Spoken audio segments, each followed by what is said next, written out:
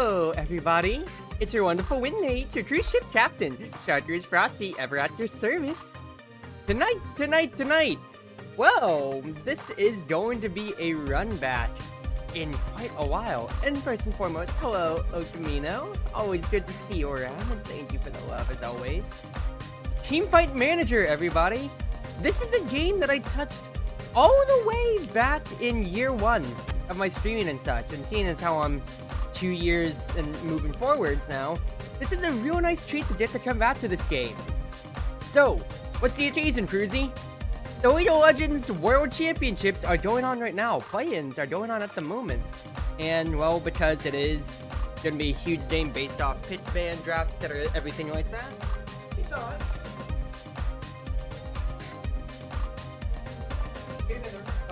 I thought I'd go and revisit it, and seeing as how I have my own official, esports enough group in GaleForce, I come around, have myself a good time, and see what I can do. Especially watching my commentary muscle, because I feel like I love my play-by-play on this game.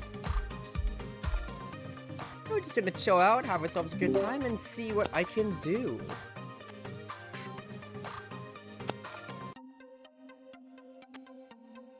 I might honestly pull up the world's feed in the background while I play the game, just for my own viewing pleasure. I don't want it to interrupt with the stream content itself too. I'll be honest here. But I hope everybody's doing well. I am 1 more week away, close to the fall break in the middle of my semester, so I'm doing pretty good. So, this is a arena fighter with pit ban elements from any MOBA, everything like that or so. So the big things that I'm going to have to keep note with it is that I have to explain everything then, because it has been a while. Is that a problem? Not necessarily. I'll just have to catch everybody up to speed on how the game works. And honestly, well, that ain't too much of a derivation now, is it?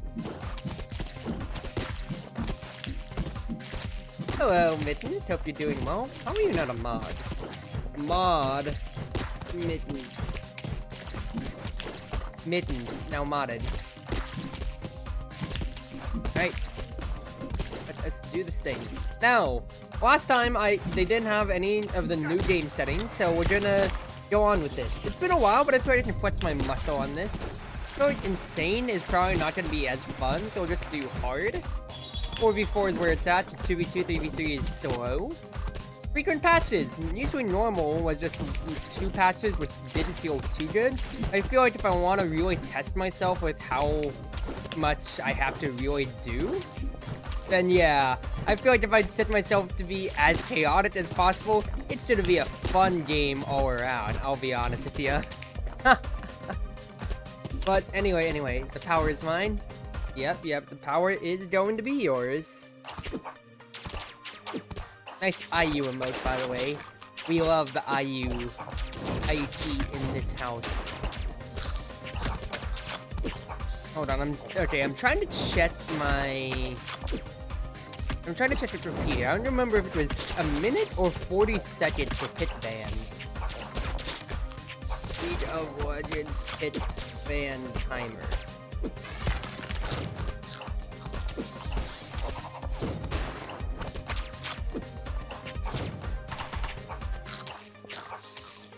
Tournament.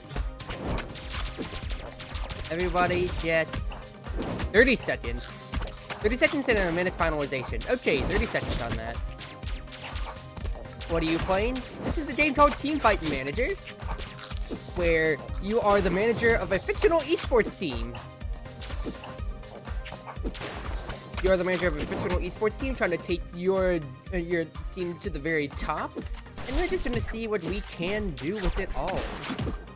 Now, I'll get to after explain it, since half of it, of course, is managing the game itself. The other half is managing your team. We'll get into it once I set things up. Hard, frequent, random. That way, everything is a little bit more randomized. 30 seconds for ban pick. That'll be fun. Proceed. Now, of course, there's random team logos that you can choose from, or, well, as we already have, haha. Welcome, GaleForce Esports. Do I want to have it be GaleForce Esports, or should I just keep it GaleForce, which it was always intended to be? Coach name, Cruiser. That's my tag always.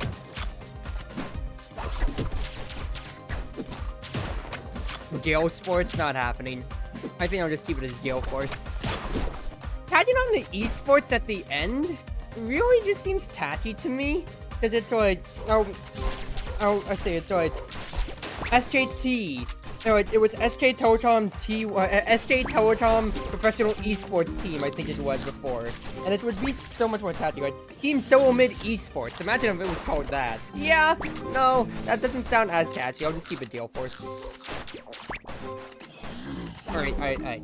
So, GaleForce, we're good. I have candy, so I'm just gonna be chewing down in the background.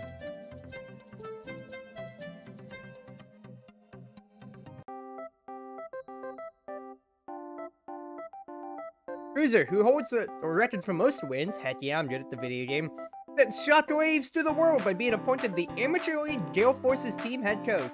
They made a promise to lead the team to victory in the World Championship. Look forward to seeing how he does. The plot of the game, I'm doing New Game Plus so I can set these additional rules, is you originally were a world champion, but now your prime's passed. You still love the game, so what can you do? Let's coach the team all the way from the very lowest league to a world championship win, and that is your goal. Let's do this thing. Starting from this week, you can freely recruit players into the second week of February. So, we are going to be in a league with 8 other teams right here, as you can see. We are looking to get in the top 5, hopefully. That way we can get in the playoffs. 6 through 8 do not land in the playoffs, unfortunately. And as you can see here, we may have some familiar esports faces for anybody who's interested in the scene or watched anything. These are a few famous Korean and, Korean and Chinese teams. These weren't in the game, I modded these in. That way it's a little bit more fun. But a few of these are very famous, and a few are still around, of course. Rare Adams, Victory 5, Brian Esports. Brian Esports, for example, is LCK. They finished 10th place, I think, this season. I think they finished 10th, and Hanwha finished 9th. You can see there. And this is our little, for lack of better words, shitty team house at the moment. Let's see who is on the team. Kish, Halo, Muzzy, and wow, Twid. That's a famous Korean player in history. Now, because I need to know who's actually in the game, let me check my champion list. These are the characters we're gonna have to be drafting, and it's like any other MOBA. 4v4, we are picking, banning, draft, and deciding what player plays what as part of being team coach. Usually there's an order as to how the characters are released, but since I chose randomized, because I already played Season 1 with the regular order because it wasn't an option then, I want to mix it up, and there's a lot of characters here that I need to wrap my head around real quick. Okay, so from the base game, now every character just has their auto attack, an ability, and then an ultimate that they can use once per round, so let's look over it. From the base game that I know, that I remember, okay, each class has a pretty balance. Archer is pretty basic. They get a back step, and they just fire a barrage as their ultimate. The back step, it says stiffens the opponent. It's more like a half-second stun. It's actually pretty good. That means she can feel for herself if she comes to. She's got pretty good stats all around. Monk. Paint can help sustain. Ultimate is a huge shield. He helps you heal. Not the most powerful, but if you pair him up with death ball compositions, he can work well. Fighter, the classic, Lee Syndrome. You get a Dragon Kit, and you get a Pursue with it, actually. RQ. I'm taking a sip of my drink right there. His ultimate is basically just a Dalio ultimate. Levitates and does damage and knocks everybody up. He's real good, and he's super gosh darn fast. Let's see here. Other characters. Pyromancer is your general AoE. Does AoE damage and summons an AoE summon. Her ultimate does AoE. Pure AoE, super slow in speed. Compared that to like the 7 speed of the warrior. But she's backline. She will blow up if she doesn't get any support. Ninja. Teleports, does damage, summons a clone. And pop off real easily. I'm gonna want to really prioritize that if I can. PG, how do you get motivated? Honestly, it's mostly because the way I get motivated a lot of the time is galvanizing myself. Now this is gonna sound real weird, but galvanizing and gaslighting myself. Galvanizing in the sense of, look, I know I can do it, and if I set my mind to do it, it can be done. Because, look, if it's trying to, getting out of bed, I've done it a million times, and the fact is, this day isn't going to start unless I get myself out, so I have to do it. And gaslighting myself, I'm pretty sure that's a lot more simpler. But, really, I can, let's say if I'm feeling particularly bad on a day, or particularly lazy, let's say my motivation's gone, especially so when it comes to, I can feel like I am going nowhere, life sucks, and quite frankly, sometimes it does. But the thing is that will continue just be the same feelings all the time until I actually do something about it. Because as much as I'd love to wake up and be like, oh, it's all a dream, I'm living my best life, it's not that, unfortunately. You really just gotta set your mind to it, and that's especially so. I have to set myself goals all the time. Whenever it comes to cosplay, I want to work on X or Y, or just do a little bit every day, everything like that. That's how I keep myself going every single day. It's a little crude with how I put it, but it's just the darn truth. Alright. Other characters that I need to look at. Magic Knight's Bruiser. They can do AoE, and they have a that really isn't the best, but they have real good AoE, so hit front and back line.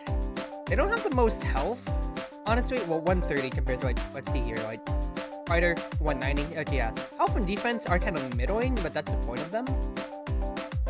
Shield Bearer takes a portion of all the damage. She really doesn't know damage themselves, but has dual taunt, which is amazing. Let's see here. Other characters from base game. Ghost, super weak, super tanky, has no defense, but if he starts to get kills or assists, then he immediately starts spiking up in attack, speed, etc, etc. He's real good if you are looking to just snowball a lead, and if you want to scale. I mean, he is a huge pop-off character. Void Doctor does damage to everybody to decrease HP, but stim them basically. Attack speed, attack movement speed, so that's the key things to remember. His ultimate is everybody goes down to 1 HP, but they can't die for a certain amount of time, and that's for allies. Real good if you want to spike a lead and then try to hold on to it. Now let's see here. Ice Mage. Simple as that. Freezes somebody, ultimate slowly freezes everybody in a circle. Real nice. Super Soil, I prefer Ice over Pyro in my history. Now let's look at the others. Let's look at the others that I haven't touched. So, the Warrior class, frontline. CC, AoE, defense, Marksman. These are your backliners. Gunner is a famous one to where he can actually move and shoot. So, because, and his third bullet's slow, so he's real good against backlines. So if there's a ninja, yeah, he'll get hit with the teleport, but he can actually kite around them and mitigate the ninja's effect pretty well. He loses in straight 1v1 fights against other marksmen, but against more backline threats or even AoE, he's real good on that. Ultimate is just High Noon, smile. Gambler, real fun. He is a wild myriad of damage. The Slot Machine ultimate of his lets him either randomly deal a good amount of damage, or a little damage, or a good amount of shields, or a little bit of shields. He's a good amount, bit of luck, but his base stats are also pretty gosh darn good that he can actually carry through with that. Boomerang Hunter. If the enemy stands still, they are gonna take a bunch of damage. AoE, and he's a defense reduction machine, so high frontline, he's going to shred them. Pretty good. The mages that are left. Illusionist. I never got to play with one because they were introduced once I finished Season 1. Produces an apparition of a chosen enemy. Part of it damaged with the original body. Christians of allied champions. Possess only normal skills. So, especially so, this is a way to possibly catch people out. Because against bigger tankier compositions, it isn't as good, but to be able to produce a still image of let's say a ninja and really get to deal damage with them, that's pretty nice. The fourth class, Cook is the one I didn't cover. This is just going to be the main healer. They give 1 spots, which is just HP 5. You do healing over time. And then ultimate, recovery to all allies for a time. Enhances movement speed and amount of recovery. Gets more HP 10. So you need to be able to actually sustain through it all. The assassins that are left. The vampire is an interesting one. You can make enemies bleed basically for the rest of the game, and instead of dying, if you would, dying is a tough in the background which he can regen to. Pretty nice. Executioner. It's the Hood character. It is the Hood character!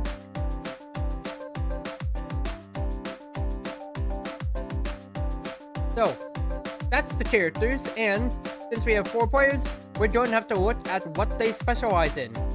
Them specializing means that they have extra stats when we play them as their character, and they will do better with them, of course. We don't have to see what all of them do, or what their traits are, if they have any special traits, and especially if we need to baby them or even release them. They're all young at 21. Of course, the older they are, they might have more experience, but they won't be earning as much, so we're gonna have to see how that goes off over time. So, let's see here. Some overlap. We don't have any support players. Though, of course, I could just train somebody to do so. Well, chances are for recruitment, I'm going to want to look towards more local talent. That way I can actually start looking for a 5th man in case I need to sub people out. That or management.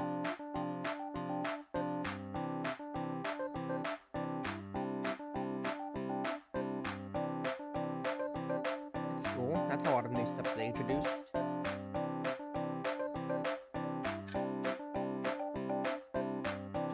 So of course, once we earn money through winning games or like winning leads or throwing sponsor stuff, we can start to upgrade our house and whatever. Of course, it's going to cost money on that all. Like we can start looking towards like telling people how to act in the game since it's an auto battler. I can start training people by category and whatever. That way I can make them more in specific things, or like you can see here, continue just scaling towards other stuff like bigger team sizes. For now though, I'm just going to have to look towards, because I don't have money otherwise, towards recruiting. Let's see here. Shield Bearer, Gunner, Fighter, Pyromancer, Ghost, Fighter, Archer. Because it's base game, Fighter's pretty good.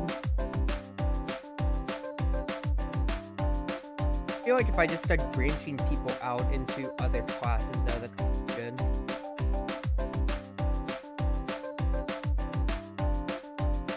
Four, 3, 4, 3, 4, 3, 4, 3. Okay. Yep, nope, that's what we'll do. So, so every single day of the week, people will start ordering stuff over time. You can see here, this is my open time to recruit until we have our first weeks. Don't have any sponsor or anything yet. I can go to special training, mental training, or anything like that or so. I think for now, though, if I really get streaming going, I can maybe start getting famous. I say start getting famous. People should start getting famous and maybe earn some money, as you can see here. These are just different things that could happen with different success rates to earn money. For now, though, who do I want to make my star player for the Amateur League? Halo? Are you gonna be a star player? You're playing particularly flashy characters. I think I might make you our star player. Why don't you go ahead and stream, boy? Stream and earn some money for GaleForce Esports.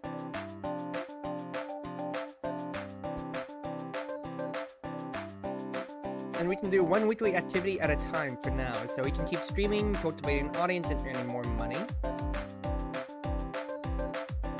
Still recruiting for one more week at the moment, so we'll just wait on that. Now, everybody here is ordinary, which means they don't have any specialty traits or anything like that or so, which isn't bad at all. And it would cost a lot of money for them, so... Let's see if I can't earn just a little bit more if I take a 75% chance. Halo, you suck! Bro... Maybe I shouldn't invest in him. Okay. Who's gonna be our 5th man, possibly? Magic Knight Illusionist, that's not bad. Date not 11-11. It's 5. Okay, I'm gonna invest into Booster. And I'm gonna search.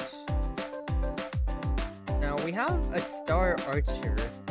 Pretty good. We'll just keep investing in that then.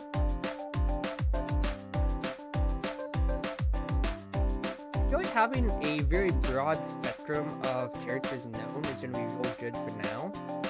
That's what we'll start working on. I don't need Illusionist as much. I think I'll just work on a regular attack defense for you, sir. I'm going to work towards defense for Halo. About it. Alright, Halo. Come on, don't fail me again, boy. It's really... Thank you. It's 2:40 a.m. Get your rest if you need. Please do get your rest. The VODs are always going to be around. Either here on Twitch or on YouTube. If you need your rest, Akamino, just get your rest, okay? Nice.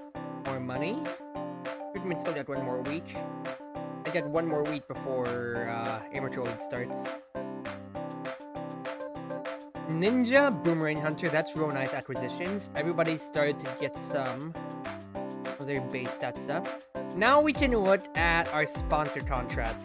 These sponsors will decide a season goal, and if we achieve it, then we get a huge amount of gear, which we can start making equipment with to improve our players' stats, and of course, money. As you saw, I had to put down a deposit of like $100 or so for our 5th man, and that can be 1,500. Oh.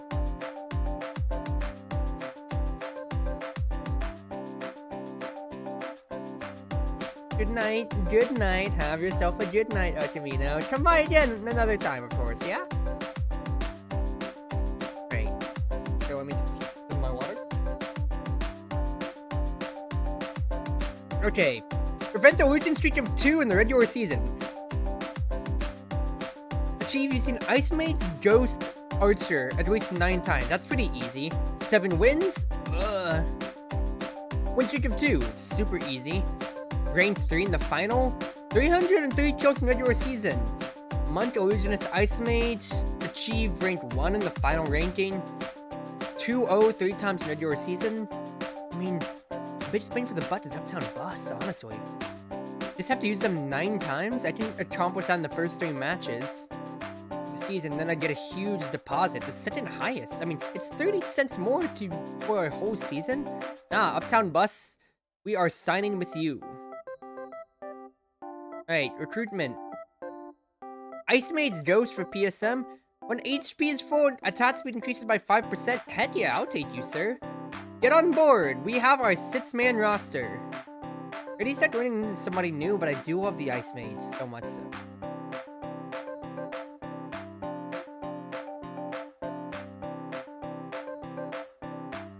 Your Ghost is 5. I don't need to invest into Ghost otherwise then. Archer's good. I don't need to invest into Archer for Coid. Everybody's joining new characters as well. That's pretty good to see. And Halo.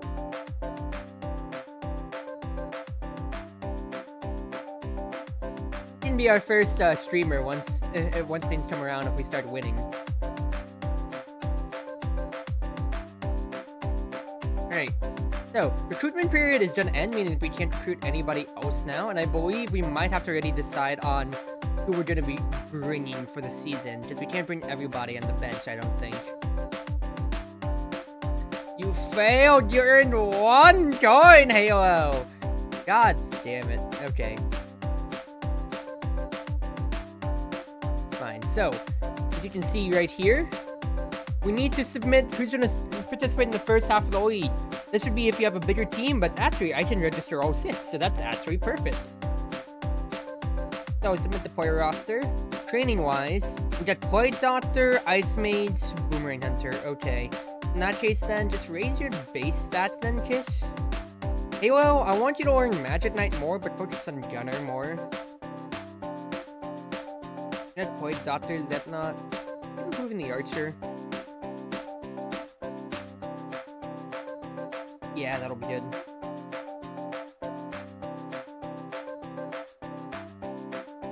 The main thing too is if you wanted to, you could test different team compositions as kind of like a trial and see how they do against each other.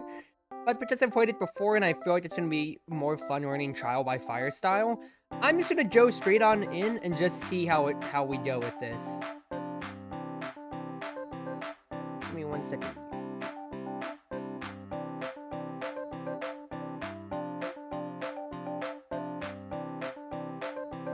I'm adjusting myself because I'm not happy with my window size for myself in VTube Studio. Trying to get myself to be a little bit bigger. Susie is big! Big girl! Big girl! Smile.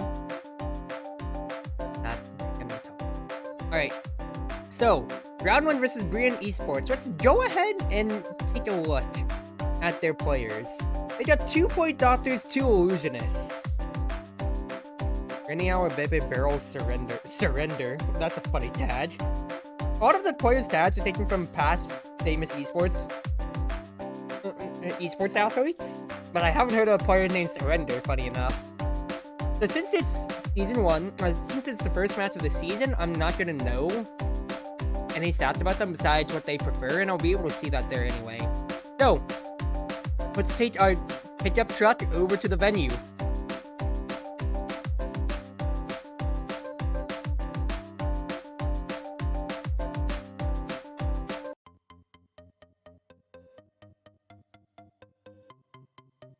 Pretty nice setup for the amateur league, right?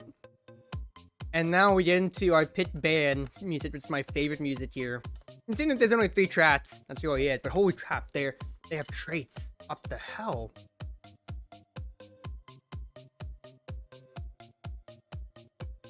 That's also a good amount of new traits that I've never seen before since the updates. Okay, let's start learning about these. Best of 5 doesn't matter. These games are best of 3. Oh, I can just hold down D, and that's better. Great Mage, Distancing, Optimistic, Quick Cast, Smell of Blood. Okay, so, Zetnon and PSM, my new recruits, I'm gonna want to put you in so I can start outstatting them. What am I gonna look at? I want to possibly contest the Illusionist, but Kish really isn't that great. They got primarily mages? Mages-ish? I mean, 2 Illusionists, a Pyro, that isn't too magey. PSM, I feel like if I want to contest the Pyro...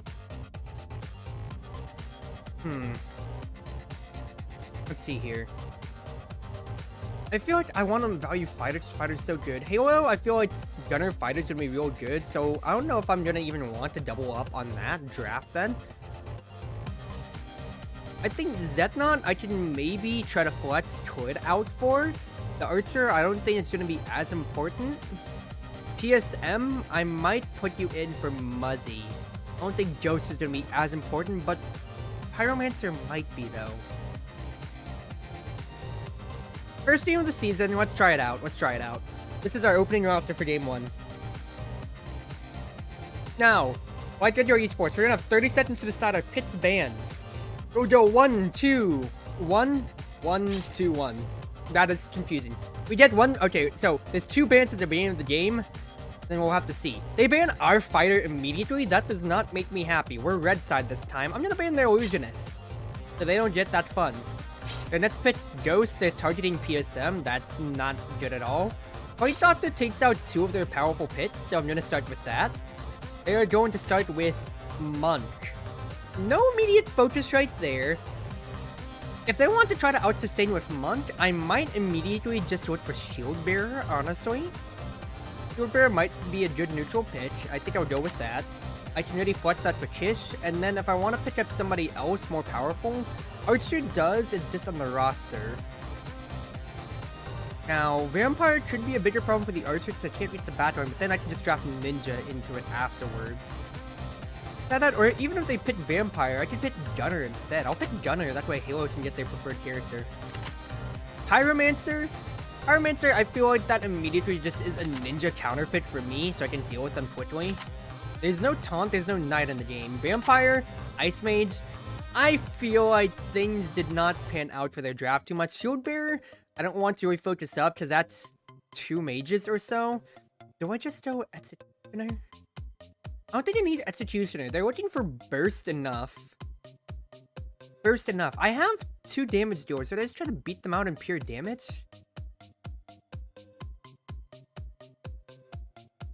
5 seconds. I think I try Archer instead. DSM's trying not to play off. That's fine. Now, you'll be able to just really swap your characters without any timer on here at the bottom. So that's real nice to see. And I can start designating who I want my characters to be on each. You can see here, if I put them on a character they prefer, they get stats accordingly. So +4, +4 because they're mastery 4s, +6 to their stats as their mastery 6. I can also add what I want them to do. The only option I have at the beginning is when do I want them to cast their ultimate? Early on in the game, late, or just in the middle or so. We'll just see how it goes, but I feel like especially so with this team comp here, it might be good to ult early, but I feel like that could be. I'll just let it slide. I feel like we can just try to out DPS them. Shieldbearer is not going to get as much work until he uses his ultimate, but I feel like I can just pull ahead early enough with that. All right, first game of the season. Let's get to commentating this, everybody. chatreuseproxy, professional commentator. Not really. Alright, GaleForce versus Esports, first game of the new season. Now you can already see the Vampire heading to the back line. Shieldbearer Peel is real good. Ninja immediately dies from the beginning, but with no ability charge, that's kind of real bad for him. Now, the Bleeding Threat's already taking part. The Pyromancer is doing real good damage in the month. Ultimate already gets a wipe early. Bad ultimate from the Pyromancer, though, so we'll have to see how it goes. Now, you can see the backline already starting to get the Ninja down again as the Ice Knight's ultimate does take him down. It's 7-3 early on for Esports. But what's it? We get a 2-man ultimate out, and immediately the ultimates are starting to trade back in favor for GaleForce. All ultimates are down, but it's tied up 8-8. A horrible Shieldbearer ultimate from Kish, uncharacteristic of them. As you can see, Esports already starting to pull ahead. Looks like the healing from the month is way too much for them to deal with, and the Vampire just getting to get away for free without having more than just 1 death at the moment is doing real good. Ninja gets away with an assassination on the Pyromancer though, which could turn it, but it seems like with the AoE and the healing from month, Esports is just running away with the composition a little too much. It's going to be a clean, open game for them, 18-12, and they take the first game. What was the problem there for us? Monk did a heck of a lot of work, and we couldn't deal with the Vampire. I thought the Ninja would be able to deal with them, but we just could not get through it. People grouped up way too much, and the Pyromancer was way too strong. We'll make up for it. Yeah, we can do it. It's first game of the season, and I have high enough hopes for you. Come on. Get you back in. I'll run with my composition, and we'll see what we can do. No, we're gonna be on blue side this time, meaning we get first pick. I still don't want them getting Illusionist. I think I might first pick Pyro and see how I go. Ninja's gone. Ninja's gone. I don't fear the Plague Doctor as much. If I steal Pyro away first, that's fine. I should have swapped my characters for that then. They still don't want my fighter in, so that's fine. Pyro? Please take Shieldbearer, you idiots. Plague Doctor. Taking Plague Doctor. Do I just go more full AoE? MK? They're taking Gunner. I don't really care about the backline too much. If I take Shieldbearer, I can deal with Plague Doctor Monk. Shieldbearer for Ish, I can give that to you. And then do I want to actually run them over with Ghost?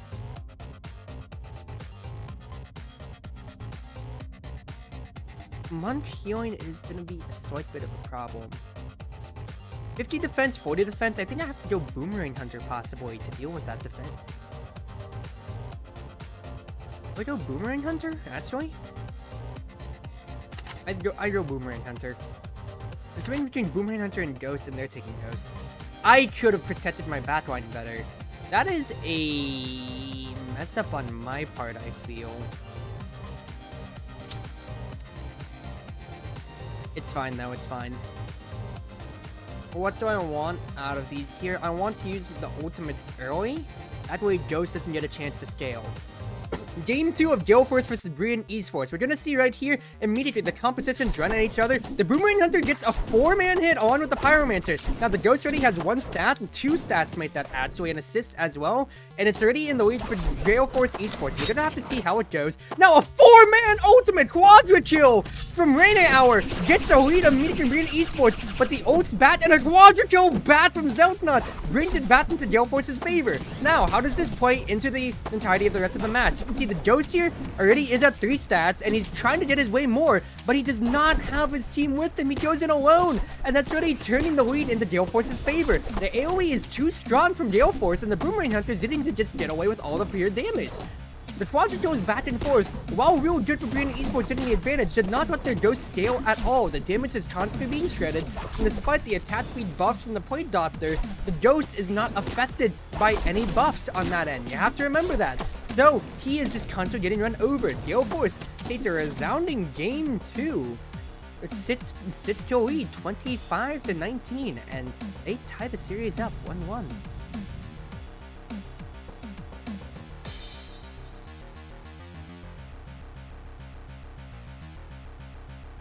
Oh yeah, that was real good, PSM. I will give you that.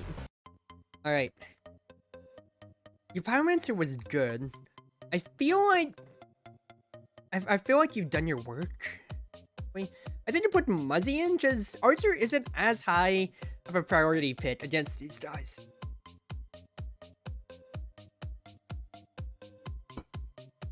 You did your good work today.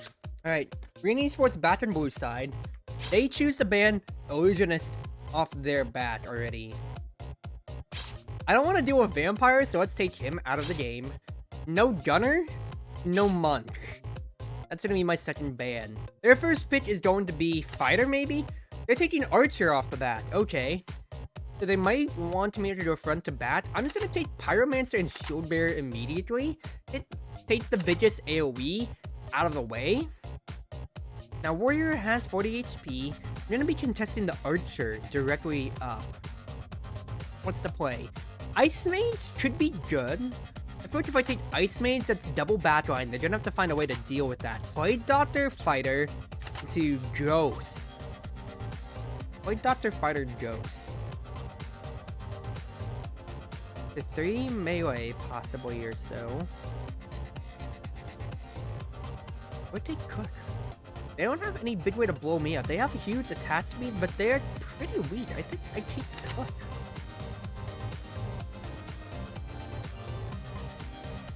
Drop things around, get everybody together. And once again, we will ult early. That way, we can stop the Ghost from scaling. They're really trying to get the Ghost to scale up. Ghost Plate Doctor, once again.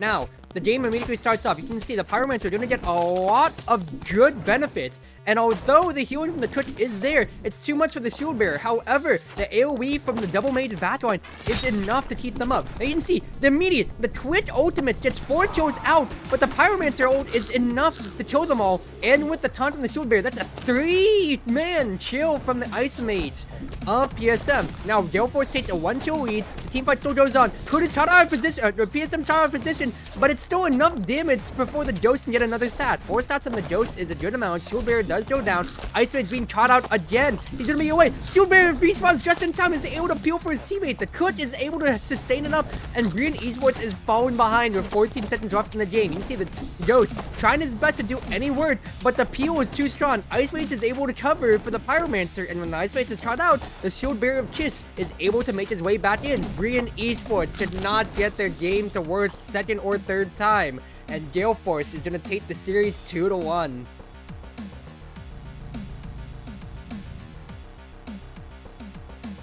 Not bad. Not bad, guys. We're able to adjust and beat them out. They really tried to force that strategy, but they did not have the damage for it.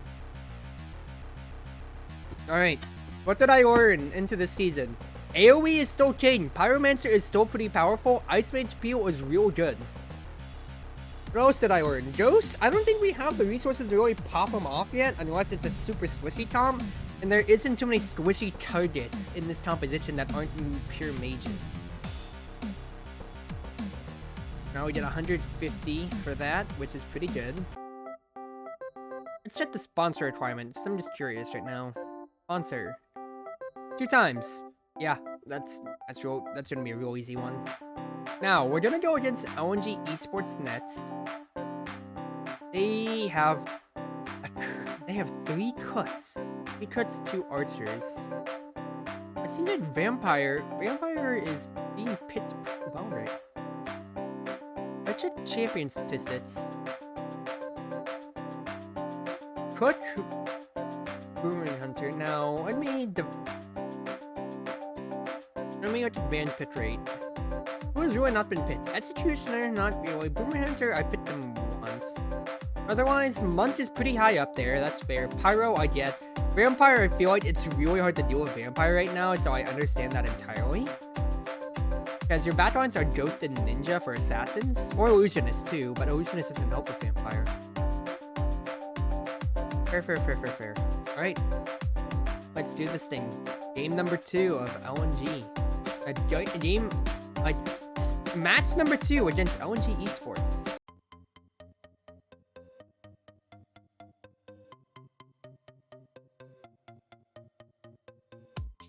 Alright. So they went 0-2 last time. Let's make sure that they don't get any more wins on the table, yeah? Now, 0 seems to be one of their better stars.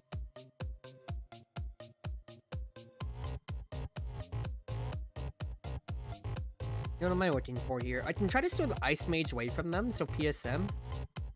But, Hilo, you're not doing the best. I'll let you rest, ready boy? And we'll go in with this composition. That's not PSM, Muzzy, Kish. Having the Shield Bearer and Kish has been real nice too to begin with. Get the Cook out of here. I'm not dealing with 3 of them being able to leverage him. No point, Doctor. They might fear him. I could get... I think I'll ban Archer and then get this. My first pick Illusionist? There's no healing. Vampire could also be real good. Pyro's way too good, honestly, I feel. I'm gonna have to take Pyro instead. Fighter? Ghost. I need CC. That's gonna be an Ice Mage from Ninja.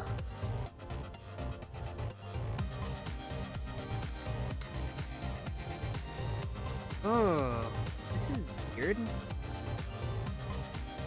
I think I go Shield Bearer into Gunner. Illusionist is not gonna have the HP. 3 people wanted to dive in on him. Gunner, I feel like being able to move is gonna be the most important thing. Vampire. They are just full Sended Assassin style. Okay. Ult early again so we can deal with the Ghost. I don't want him to scale, which is... Capping at 4 stats is real good. We can stop the Ghost from being able to scale infinitely. Alright, let's do this thing. GaleForce versus LNG Esports. Backline versus a Death Ball composition. We're gonna have to see how they go against it. Now you can see here, immediately the Pyromancer does go down early, which is boding pretty bad. The Ghost, however, is unable to stat anything well. He goes in, and although the Fighter ultimate does go down, you can see right here, everybody is dying all together. GaleForce immediately takes the lead early with all these ultimates, and with the Vampire Frozen, he's going to be unable to do anything. The Ghost goes down, still only at 2 stats halfway into the game. This is boding pretty badly for LNG. Looks like the Ice Mage is able to mitigate the damage enough, and that paired with the Gunner being able to run away and deal with more of the Fighter's antics, he's able to keep an isolated 1v1, and although he's not winning, he's able to draw the timer out. 15 seconds left in the game, and GaleForce still has a small enough lead. Now the Ghost does go up to 6 stats, make that 7 stats. This is very dangerous. The Pyromancer is about to go down, but the Shield Bearer comes right on in at the very end. It might be enough to get it here. 17 to 16, 18 to 17, and GaleForce is able to narrowly bring it out in the end of the game.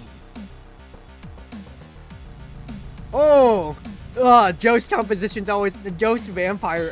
This always is making me. Okay. Let's see here.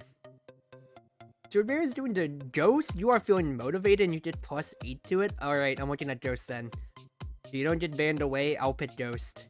Now, what would I want to keep them away from if I pick Ghost? Well, they banned Archer, so that's already a problem gone. Take Monk away. I don't want to deal with Monk at all. Gunner's gone. I'd get rid of Ice Mage at that point then. Because if Ghost gets frozen, it's all over. They pitch Shield Bearer. Pyro Ghost. Blade Doctor, Shield Bearer, and Blade Doctor together. That is something. I'm gonna want to pitch Boomerang Hunter to really start shredding that defense of theirs. They need to start looking at being able to just get them killed immediately. So they have Vampire for a backline possibly, but I think I might take MK to just deal AoE damage instead, so then I can start poking at the Vampire's coffin. Then I have 3 AoE basically. And I need a frontline actually. Yeah, I'm gonna have to get a frontline. MK's HP is 30 versus 180. I think I take MK and really wager the fact that I can make Ghost pop off. That's really what I'm gonna have to be able to do. Ultimates early again, and we go into game 2 of LNG versus GaleForce Esports. Now, GaleForce taking the Ghost this time, and you can see right here, they're trying to make things work. Pyromancer is doing as much work as they can, but it's not able to get anything. Now, the Ghost gets 1 stat, but that's all that they're able to get.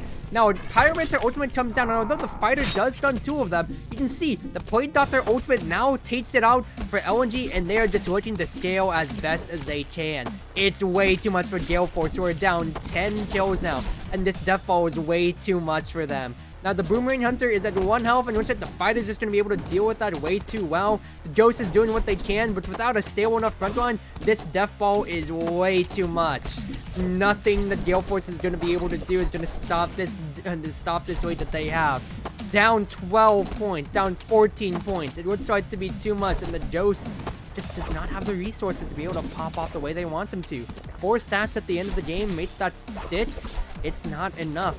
Looks like the Vampire just got away with too much one more time, and it's going to be a tied game series. 32-14, 1-1.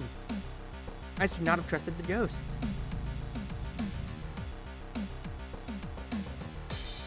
We're going to have to play to the team. Come on, people. Alright, Muzzy. I'm going to put you back on Pyromancer. Setnot, I'm sorry that I put you on MK. It really just came down to the end of the draft, but we're gonna have to do what we can, yeah? So who am I banning away? No Vampire. No Vampire this time. Not this time around. No Shield Bearer either. I'd rather take Monk away instead of the Cook. Now, who do I look at as the biggest thing? Pyro. I want to force the Pyromancer. I don't fear the Ghost. Blade Doctor, Fighter. Ice Mage me, baby. Archer. I feel like I can take Executioner, in all honesty. I can take Executioner and try to see what works on there. Ninja loses into Archer pretty badly, so I don't like that at all. It's either that or I could try to match them in the backline, but I already have 2 backlines up. I think if I take Executioner, I can try to really force the Archer in. I think I take Executioner. Boomerang Hunter didn't do me too well, but let's see here. Because Muzzy's gonna get the Pyro. I'm gonna give... Oh, we don't have our fighter in the game. Ah! Kiss not our fighter.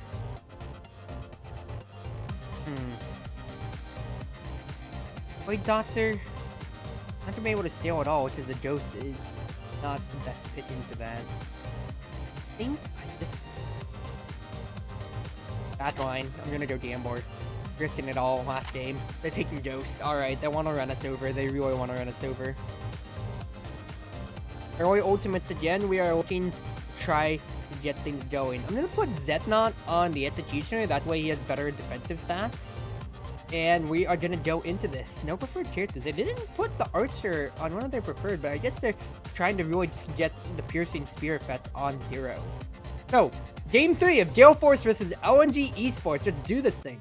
Now, it's tied 1-1. Ghost on the side of LNG this time. Let's see how it goes. The Pyromancer immediately getting dived on, but the Ice Mage, once again, the signature pit of GaleForce is too much. They're not able to do anything in, and a beautiful pull by the Executioner gets the Archer taken out, and they are gone from the team fight. Now, the Archer ultimate does come in, but the shielding from the Gambler is doing a good amount of work. However, the Blade Doctor ultimate is That's real good. It's able to get the lead back in ONG Esports' favor, but the Ghost goes in, 3 stats all alone, and he dies all alone. Icemage is able to stay alive, and once it might just be the same name of the game. As much as the backline threats want to go in, they are not dealing enough damage to disrupt the GaleForce score. It's tied 14-14, 15 seconds left in the game. We can see right here, GaleForce is trying to grind away these team fights. The Point Doctor's going in, but the peel is way too strong at the end. GaleForce up 3 points at the end. Ice Maze does go down. Pyromancer about to go down. Gamer's about to go down. It's tied up at the end. 12-19, 20-20. Let's go get the game win. And looks like LNG Esports will take it in a heartbreaking loss for GaleForce. 1-2, 20-21. Point Doctor. You bastard Point Doctor. You can't do this to me. Damn it. We got 2 cuts on the team now. Interesting. 2 cuts. Do I want more cuts? I think I want to invest more into Pyro. Cook. Don't need. Invest into the Ghost. Sure. Now, let's look at our facilities. More training points or equipment? I'm looking at equipment immediately. Because I only have the default stuff, but with the stuff that I am getting all together, I can start crafting equipment and looking at improving the stats of all the players on the team. That's a heartbreaking loss to ONG, though. That is heartbreaking. Archer, Ninja, Monk, Fighter, they're hotly contested. Now, let's see here who's up higher. The win rate? Point Doctor seems to be way powerful right now. That ultimate is real damn good. We're going against Victory 5 Nets, so I'm going to want to research them. Victory 5 have a good myriad of different characters. Nora and Delonge are their leaders. Here. Nothing too special. Archer, Illusionist, Vampire might be their picks, but they are at the bottom at 0-2. Alright. This is what I'm gonna try to lean into. Let's do this thing.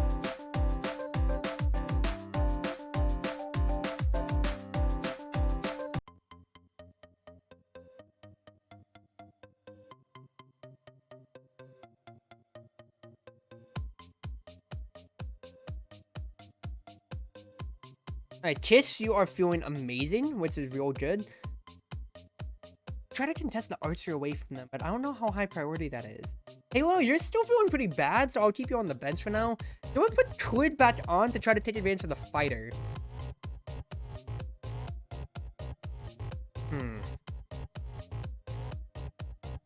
I think you're trying to keep Zetnot in, try to pair Pyro with Illusionist. That might be better, honestly.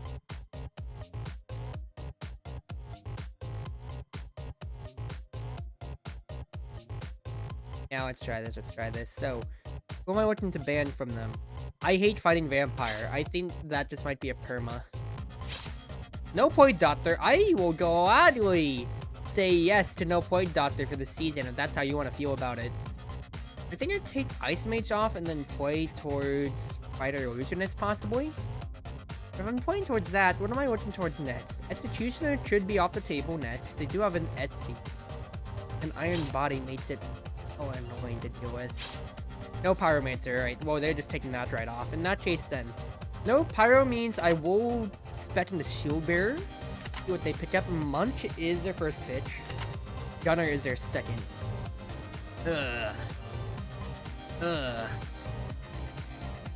Gunner could easily circumvent so much damage. Okay, what am I gonna look at next then? I'm gonna look at Boomerang Hunter. Get Boomerang Hunter going, because Muzzy can still use Boomerang. Fighter. We're gonna need all of burst.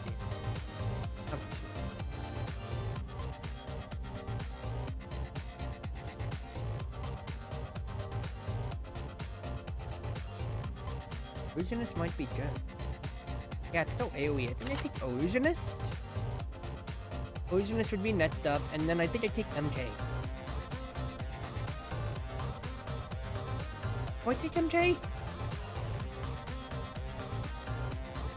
there isn't any bigger AoE. I could try to take Cook to out-sustain them. The damage isn't the highest in the world. I think I might take Cook to out-sustain. Archer. To get a clean front to back. I think this will be good though. I will say no instructions to the ult. I'd rather leave it in the ult. And everybody's got preferred characters, so let's try this here. GaleForce versus Victory 5, number 4 versus number 8 in the standings, which could easily decide a future trajectory. Let's do this thing, everybody. Now, we can see her front-to-back composition versus what seems to be a hold, heavy, and AoE sustain here. Fighter immediately kicks Shield Bearer out into the bat. We're going to see the damage pile in, and the fighter does go down first, and the monk is unable to out-heal him. Looks like the Cook is able to keep the Shield Bearer alive for so long. That's already 2 uncontested kills as things start going in. Now you can immediately see all the damage just going right on in. All the healing is being uncontested as the illusionist is able to draw all the damage away onto the clones.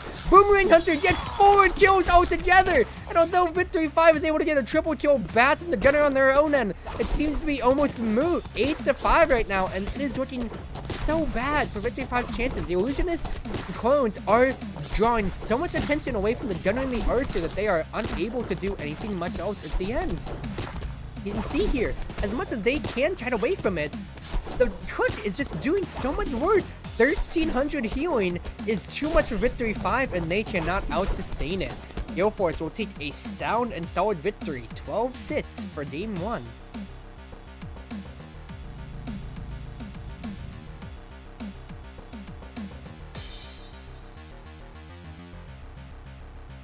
Okay, don't say that they suck. Come on, guys. Keep your head in the game. We keep going. Kish, you are feeling amazing, and that's what I want from you, boy. Alright. So, we are on red side now. What are they going to ban? No plague, no vampire. Yep, keep those permad, please. No ninja. I could just honestly ban Ghost, and there's no backline. Executioner does exist, but I don't want to deal with Ghost again, especially after my loss to LNG. They want to take Executioner already. You know what? That's fine. I'll just take Illusionist again, right? I think I take Shield Bearer Illusionist. They really have to come up with a good answer to this. They're gonna take Pyromancer immediately. Okay then.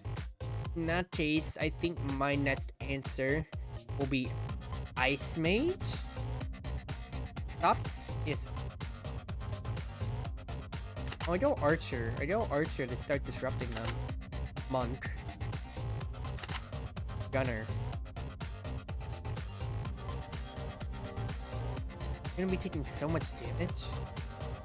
But with the high defense, I think Boomerang is gonna be the game point again. Give everybody those bits, and we are going to see what we can do about this here.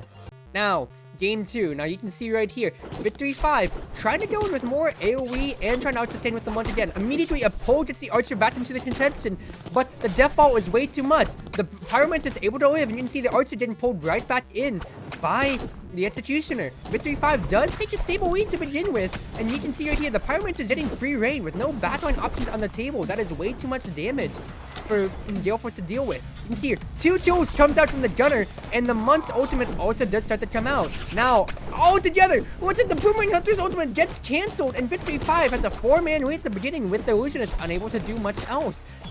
GaleForce's greatest fears are out, but you can see here, now the Illusionist copies are starting to go in. We're going to see what they are able to do. Not too much, as the lead only swings from 4 to 3, and you can see right here, it's still way too much. Gunner is able to deal all the damage for free, kiting away, and the Pyromancer just is not able to do much else. Victory 5 will take a Game 2 and force a Game 3 with the Pyromancer pick. On red side, I feel like I just got a bad Pyro then.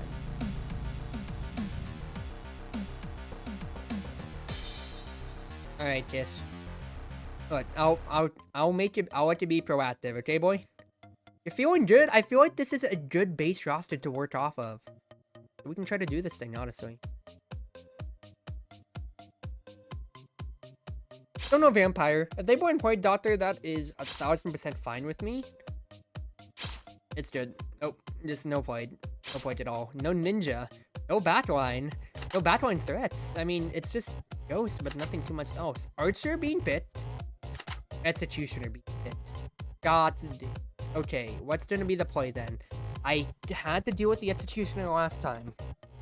But if I take Ice Mage again, the Mage backline is gonna be super huge. I gotta take Shield Bearer. I gotta force it away from them. I cannot let them have Shield Bearer again, and then it just starts turning into a hodgepodge pile of steaming crap that I have to deal with. Do I take Cook and try to just out-sustain them again with my Double Mage backline? Because if Pyromancer gets hooked in, all hopes are starting to disappear.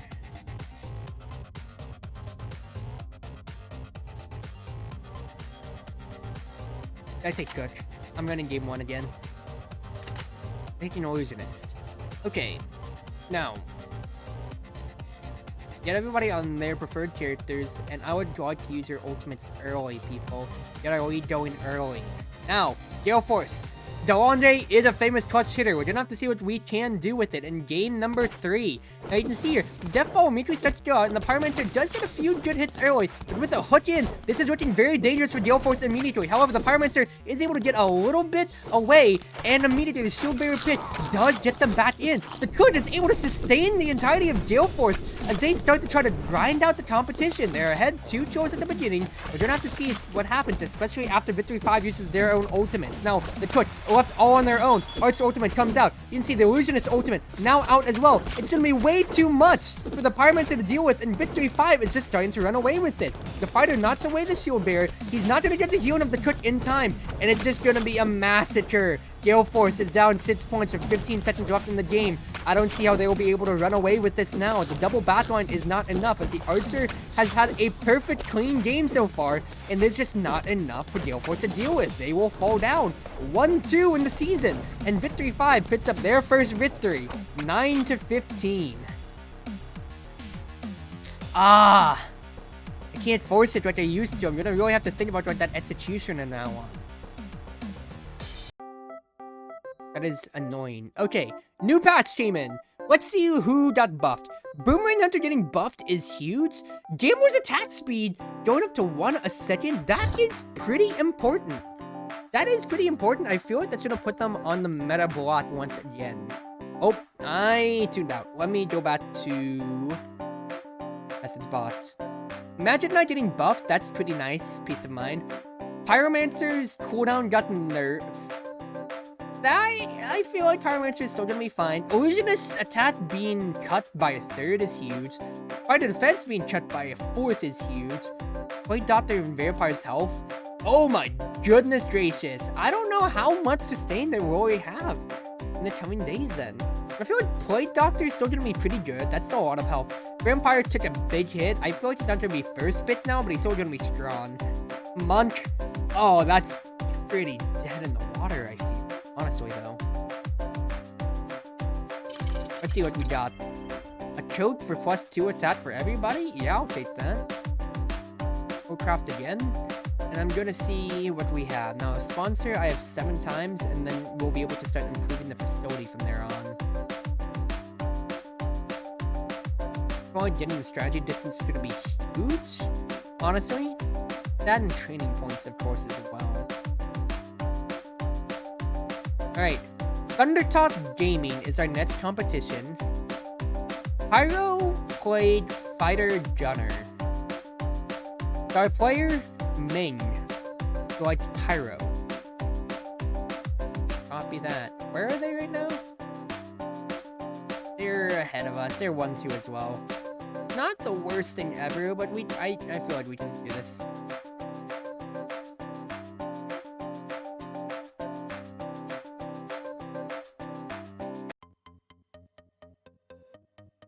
Alright.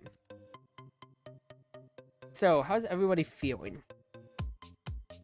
Not the worst. We're gonna have to see what we can do, though. We're gonna have to see what we can do. Okay, we are blue side.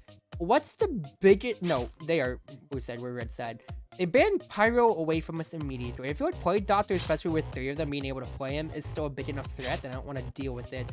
Ice Mage being out means that I could immediately start working towards the bigger locations. here. I don't think Munch is gonna be too much. Vampire's HP taking a huge hit is kind of a bigger problem on that end. For them. Then you take Fighter out. The defense being cut from 40 to 30 isn't the worst thing ever. Cook.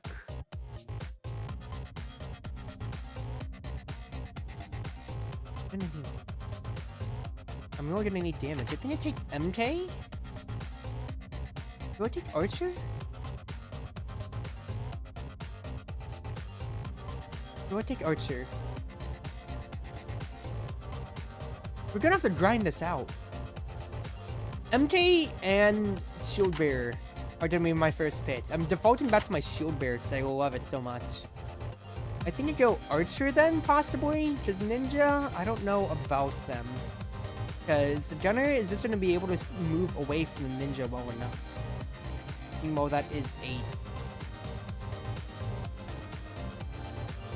I think I go Archer and then I see what they round up their composition with. Monk, Cook, Gunner, Gambler. They have no way to reach the back line as much as Vampire was hit. I could go that or I could go Etsy. I could go Executioner. They can't, Gunner can't dodge the hook. And that might be the play, honestly. Alright, Thundertalk Gaming versus GaleForce. So let's do this thing.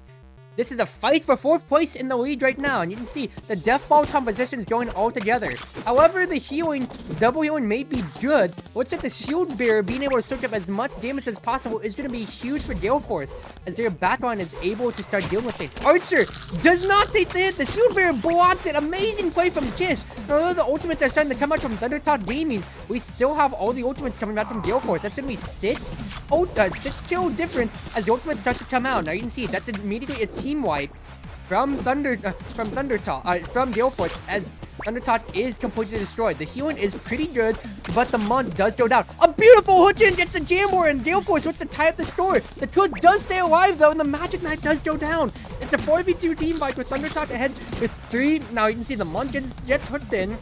Let's see what the range might be too much. The Magic Knight does get a huge hit in on the side though, but the Gunner is running away with it. The healing might be too much for GaleForce, and they're going to fall 14-13, 15-13 actually. Oh. Alright, you know what? Yes.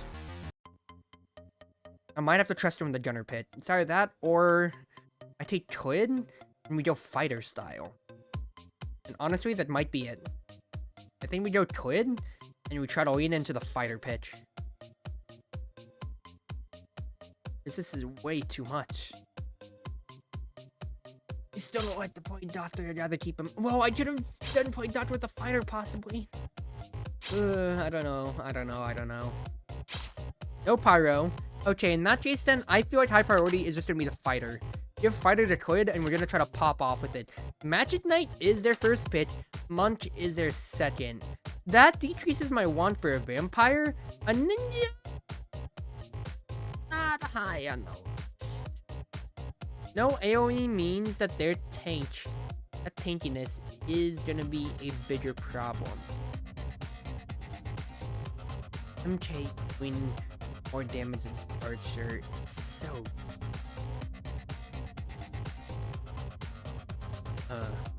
I think I gotta take Ninja. It's 2 seconds off from the timer. I gotta go Boomerang Hunter then, and honestly I think I just go Vampire. I'm just gonna look to disrupt them as much as possible. We're going full force disruption pulse.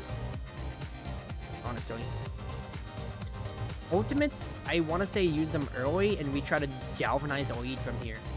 GaleForce on a hot losing streak now. We're gonna have to see what they can do here. And you can see the Boomerang Hunter is gonna be the main crux of the composition, being able to shred the defense and deal as much AoE damage as possible. The Vampire's Coffin is gonna be threatened, and he has to go back at the end there. You can see the Fighter ultimate does go out, but it's not gonna be anything worth it. The Ninja's gonna do what he can. The Boomerang Hunter does get 3 kills, and GaleForce is gonna try to make their comeback go.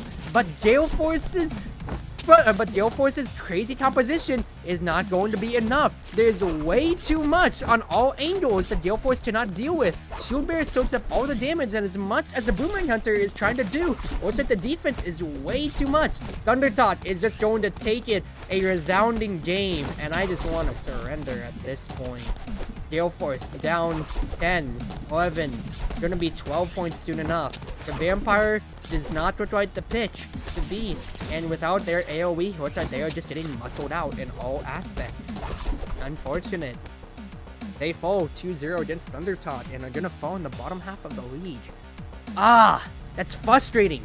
Brian Esports is ahead of us, and we're the only people that they beat. It's a mess. We are doing our best. I think we are doing our best. Thank you, Party News. With PSM, we're trying our best, boys. But more attach, that's not too bad. Let's see what we can do. We're going against WE. Let's save the game. WE, who's 4-0. Oh, gods, dude. Oh, gods. Okay. Don't fear them.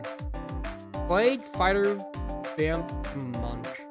Healing is way too good. What am I gonna want to focus on? Don't want the Vampire anymore. I think I might want to look at the Blade Doctor. Is that not? Might have into the Ghost, but I don't think the Ghost is good enough yet. We don't have a way to really snowball it unless... Oh, even if we do get Blade Doctor, Ghost isn't getting any buffs from his teammates. The Blade Doctor Ghost isn't honestly as good as everybody wants to make it out to be. I think I might want to grow you into Chef. As funny as that may sound. Growing you into Chef might be good. Kish, I'm gonna level up your Gunner next, honestly. That's what we're really gonna need. Fuzzy's Pyro is going to be a huge boon for us, honestly.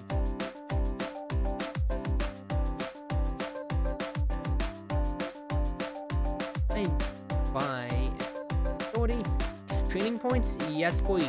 Let everybody earn another training point. I'm just going to put that towards like open up your attack or your defense, because I feel like this is going to be the biggest thing that we start looking at, just grinding our initial stats up. This is a rough, shaky start to the season. Being 1-3 really is not the best at the moment, fortunately. So, Crit and PSM, they did not like that at all. That's fine. What's about everybody else? Halo, you have not played since game 1, and honestly, having the streamer watch on our side might be what we honestly need at this point. This has been going real bad. We are at the bottom of the standings just about. No Gunner, that is honestly fine. I think I take the Cook out possibly. I don't want to deal with that. Get the healers out of the way, and we'll see what I can do. If they take Pyro though, that should be a problem, but I think if I just deal with that, I can just force into Ninja. Gambler.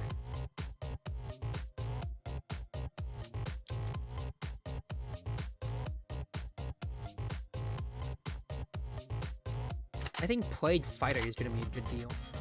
Plague Fighter. I'll see what they want to grind themselves into next. They take MK is so buff. I can't forget how buff MK is right now, honestly. Do I honestly just go balls to the wall? Because that is... No, I don't want to yet, because that could be a hard force otherwise.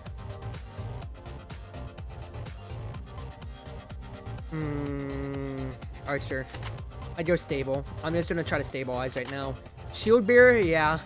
That's a good pit that I didn't fit that then. And they're taking Vampire. Ice Mage. Freeze the Vampire. We don't have to deal with it then at that point.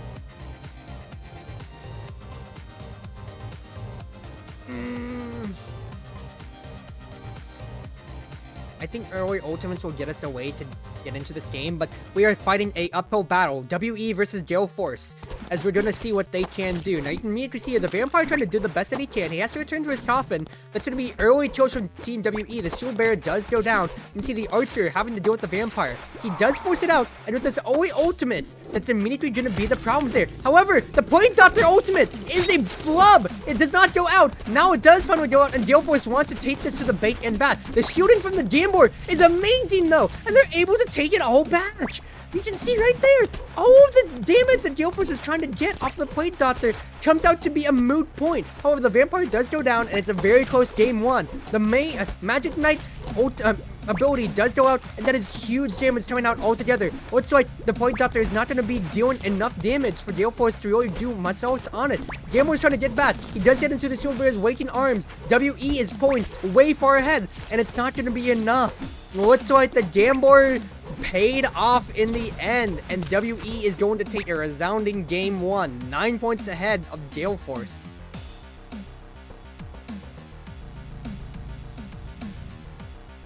Don't try to be in the spotlight, kids. We are trying to do our best here.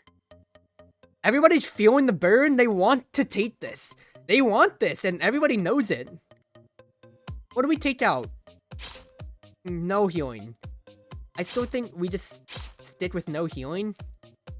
See what we can do. No MK means that my first pick is just going to be Pyro. No executioner means that they really have to deal with it then. Gambler, Shield Bear. They're going with their core again. They are actually going with their core.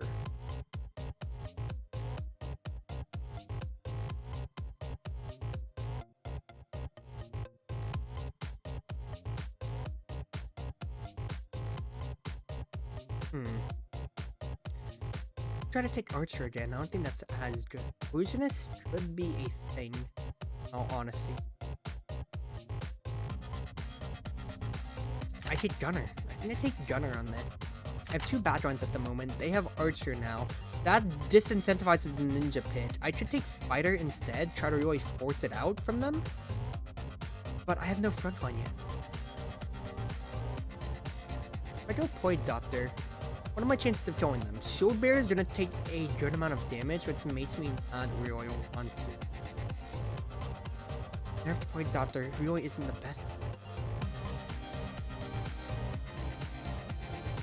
Point Doctor into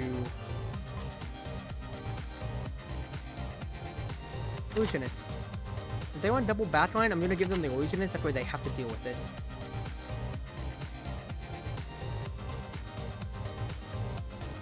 No instruction on this. Let's try to grind it out. Now, GaleForce looking to really mount a big victory if they can. Point Doctor immediately goes down. We can see the Gunner trying to do as much as he can. However, he just gets outforced by the Archer, who deals way too much. Now, you can see the Pyromancer trying to do the best that he can. You can see the Vampire immediately goes down, and with the early ultimate, a Quadra kill comes out from the Archer. And with the Gamora ultimate, once again, that is way too much damage for GaleForce to be able to deal with. Team WE is up 8 points at the beginning, but you can see now it is dire timing. They are trying to take it over. Triple kill from GaleForce as the Point Doctor ultimate runs out. I don't know if it will be enough for them to supplant the advantage that WE has right at the moment. 5 kills ahead, and with 19 seconds in, they're going to have to see a miracle comeback happen. Pyromancer does not do enough. Gambler is doing so much damage. He gets a sit. He goes down at the end, but the damage is done. Gambler is way too strong. WE continues to go undefeated, and GaleForce disappointingly falls again. I am not respecting the Gambler pick. I'm in last place now, and WE just is a perfect season ahead of them. I got the gold from fulfilling the sponsor at least. That's defense. I will gladly take that at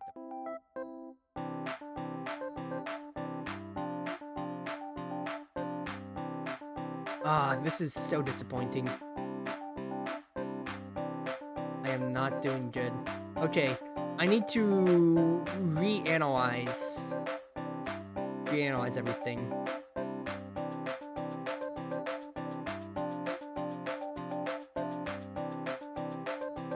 If I buy a better team house, start scouting, that might be the difference that I need. Onward scouting tape. 3 days. Schedule open after that. me a scout. I need a talent scout, and I need to start reevaluating my players. Rare Adams is number 2. Oh god, dude. This is going even worse. Fight our Archer a month, Pyro. Let's try to do this thing. GaleForce is really having a tumultuous time right now. We are not getting the exact wins that we want, and because of that, it is not panning out. I think we have to go more into Deathball, possibly. That, and really prioritize MK and Gambler. No Vampire. I don't want to deal with the Vampire anymore. Executioner has to go off the block, I feel. No Play Doctor, that's fine with me. Gambler, welcome aboard.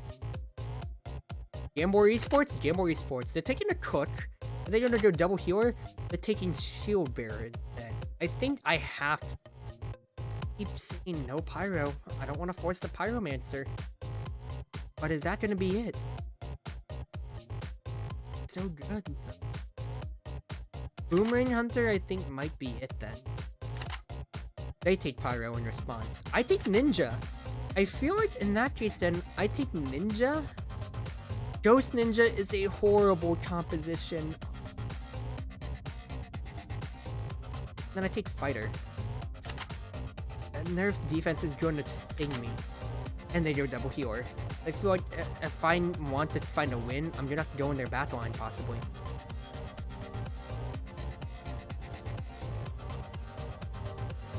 Alright, PSM, I am trusting you. Rare Adams versus GaleForce. Now, the Shield Bearer has been a hot, contentious pick that has led the meta so far, but he is the first to fall. The healing does keep the Pyromancer alive, but not enough. Looks like the Ninja is able to go in, and the healing and shielding of the month starts to immediately take it. Early Ultimates is able to keep the entire team alive as Rare Adams does tie it up. They do take an early lead, but looks like the amazing Ultimate from the fight is able to take them out, along with a double kill coming in from the Boomerang Hunter. Shielding from the Gambler is going to be huge and grinding out the fight as the Shield Bearer falls out first. And GaleForce, they seem to have found their stride. They're going to take a resounding lead and what's going to be their first game win in the last 5 matches. Gambler is untouched completely as PSM just continues to run circles around them all. He's able to 1v1 Peanut, and with that, GaleForce is just going to take a resounding game 1 in their first game series match victory in quite a while. PSM running away with it at the end, dying once, only at the end, but a 6-1-8 kill feed. Oh, it is too much for them in the end.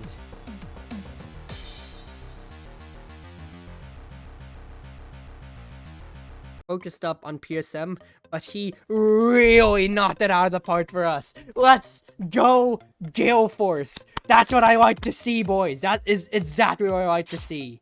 No Pyro, that's fine. Get the Cook out of here. I don't want to deal with you. No Archer, get the Vampire out. I should have banned Gambler. They're going to take Gambler and I'm going to feel salty. They're taking Monk again. No, I'm taking Gambler, I'm taking MK. You left the biggest patch winners up, and I feel like that's what I'm going to want to lean into now more. Fight Doctor, I feel I could really try to get to work. I should have taken Shield. I just realized my mistake. Ice Mage.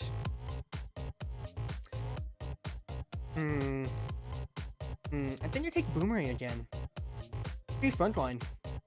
Be frontline, take Boomerang again, and we just hard force them out of the way. Right? That is it. I feel like this is going to be the composition. Alright. Do it again. GaleForce, finding the Game War pitch and the MK. Now the Shield Bearer pitch on Rare Adams once again, trying to grind it out, but you can see it's too much buffs for them. Boomerang Hunter is going to take the first victories possibly. No, the Ice Mage does survive, but the Boomerang fadeaway does get them. And with the buffs coming in from the Plate Doctor, the 1v3 is not going to be enough. Now the ultimates come out from Rare Adam in a panic. They do try to take the lead, and while they will take a momentary one, the ultimates are in favor of GaleForce now. The Magic Knight ultimate does come out and draws them all to their side. As you can see, the Boomerang Hunter, he does die in the middle of it, and now with the Gambler and the Plate Doctor ultimates do come out.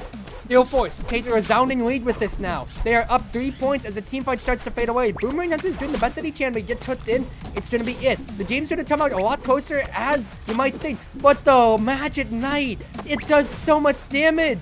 Even if the Ice Mage runs away with its stubby little floating legs, it's too much. The Magic Knight survives. Zednot, you are doing too much for GaleForce. And an upset of the century, 2-0 over Rare Adams.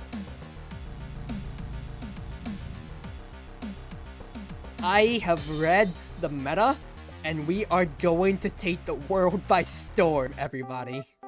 We are taking the world by storm, is what I am saying.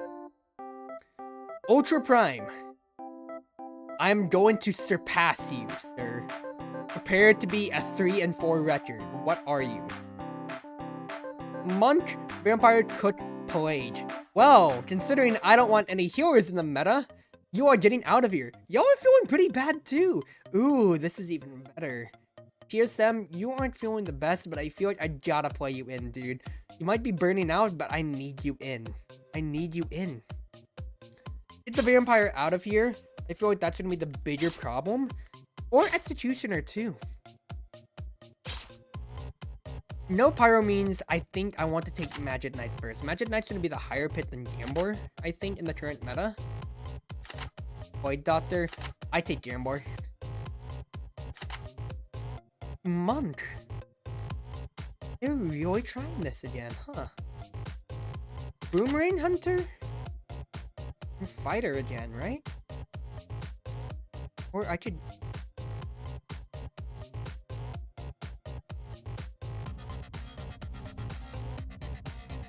No, the horn spots is gonna be too much. What could disrupt me? Ice Mage should possibly disrupt me.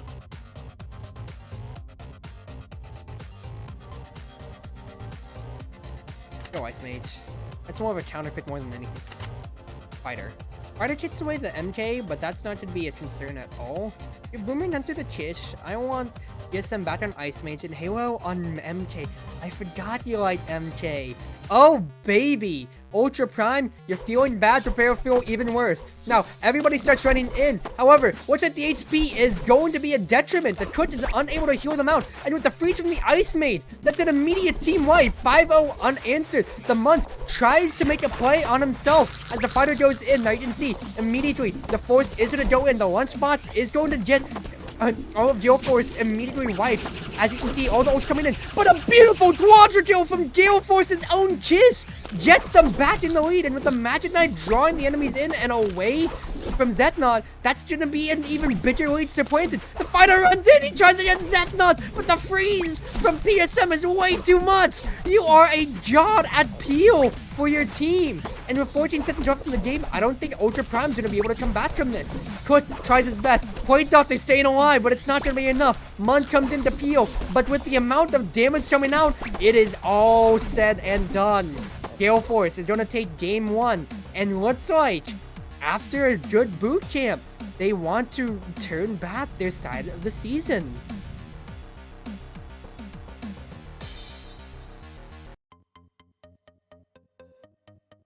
ESM, you are doing amazing. I'll give you a break next game, dude. I'll give you a break next match. You had an amazing Ice Mage, dude. Your Ice Mage, holy crap. Okay. Do I still want Vampire? Not really. I don't want Cyanide to get Vampire. No Executioner? Take Shield Bearer out. I'm sick of dealing with it. White Doctor is up. MK and Gambor are too. Look. Nope. You lost the meta. I figured the meta out. Just pit the patch winners, 5-head. Honestly. White Doctor again. I could take Monk away, honestly, and force them to a bad position. But it's either that or just run back the same top position. If I take Ice Mage, put PSM on it, see what they do. They want to do the salty run back. Salty run back could be real.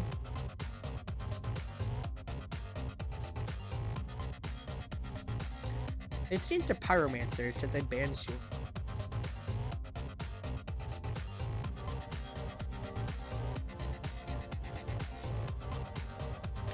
But say I want to pick Ghost into it, but Toy Doctor really shuts down the Ghost idea, so we're honestly just gonna run it back. Run back the same idea, and game number 2, Ultra Prime, making a change to their composition while GaleForce keeps the same. Now we're gonna see what they can do. The damage immediately is insurmountably high, as Ultra Prime does take the advantage immediately off the bat. You can see right here, the Pyromancer does put their ultimate out. Mun tries to use his ult, but he does miss Cook. It is an important distinction, as the Cook's one spot does come out. Now the early ultimates is gonna get Ultra Prime the advantage. We're gonna have to see what happens next up. The Game Boy does go down. Another triple kill coming out on the side of GaleForce. Now, the Game Boy's ultimate is a moot point. He does not get any damage out on it, as opposed to the shielding from last game. This should be trouble for GaleForce, but with the Pyromancer going down, the Cook's taking a good amount of damage. However, PSM stays alive on the Ice Mage, and that is spelling doom for Ultra Prime's team fight. Looks like they are trying their best to do what they can. Pyromancer goes down again, and with Munch and Cook trying to go in, it's a tie game altogether. Cook, by themselves on the front line. It's not enough. Game Boy stays alive. Zetnot is alive. Pyromancer goes down, and GaleForce takes it in a nail-biter set, 21-17. And with that, GaleForce ties up their season record. I cannot believe this. My mic is also peaking. I'm getting way too excited. They are trying to break into the top half of the leaderboards. GaleForce's half season is looking pretty good. Now, we will look at the winners and losers of this next patch.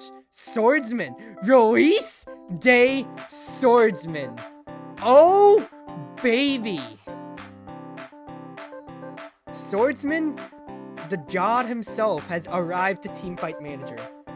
Shadowmancer is an interesting one, but let's see the bigger winners. Ninja going from 120 to 167 is fucking huge. This is gonna pull him into the meta by a huge amount, especially looking at some of the other nerfs. Gunner getting a small attack speed buff, that isn't too bad. Illusionist, 10 damage, honestly is pretty good for him. I don't know if it's gonna pull him too big in. Boomerang Hunter getting basically 7 seconds off his cooldown. That is huge. Boomerang Hunter is going to be even more meta, and the marksmen are eating pretty well today. Executioner's health being cut down pretty bad is horrible. Vampire, I don't know how he got hit again, but 56 health is pitiful, and he is dead in the water. Goodbye, Vampire. Archer getting a nerf, that is reasonable. I do see why Archer got nerfed. Cook. Oh, that is pretty bad. And Gambler, honestly, I think he's gonna fall out, and instead of Gambler, we are going to see the rise of Boomerang Hunter, because 50 health means you cannot make the big plays anymore. Your health has been cut effectively in half, and that is essentially pretty big doom, honestly. That is not looking good for him at all. Alright, what are we looking at? PSM, you've been doing amazing, dude. Stream for me. I'd like to see what you earn.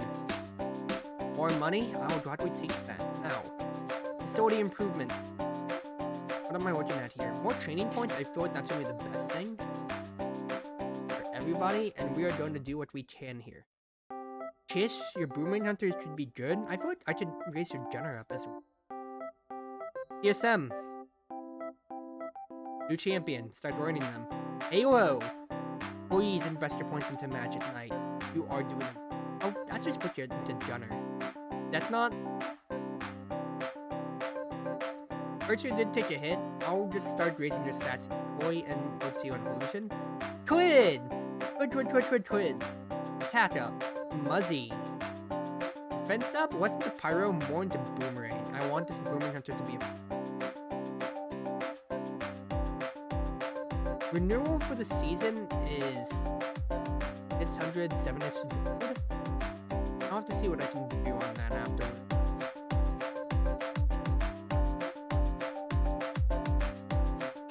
Vampire's pretty dead in the water. I think I'm gonna want to change you into... Shit.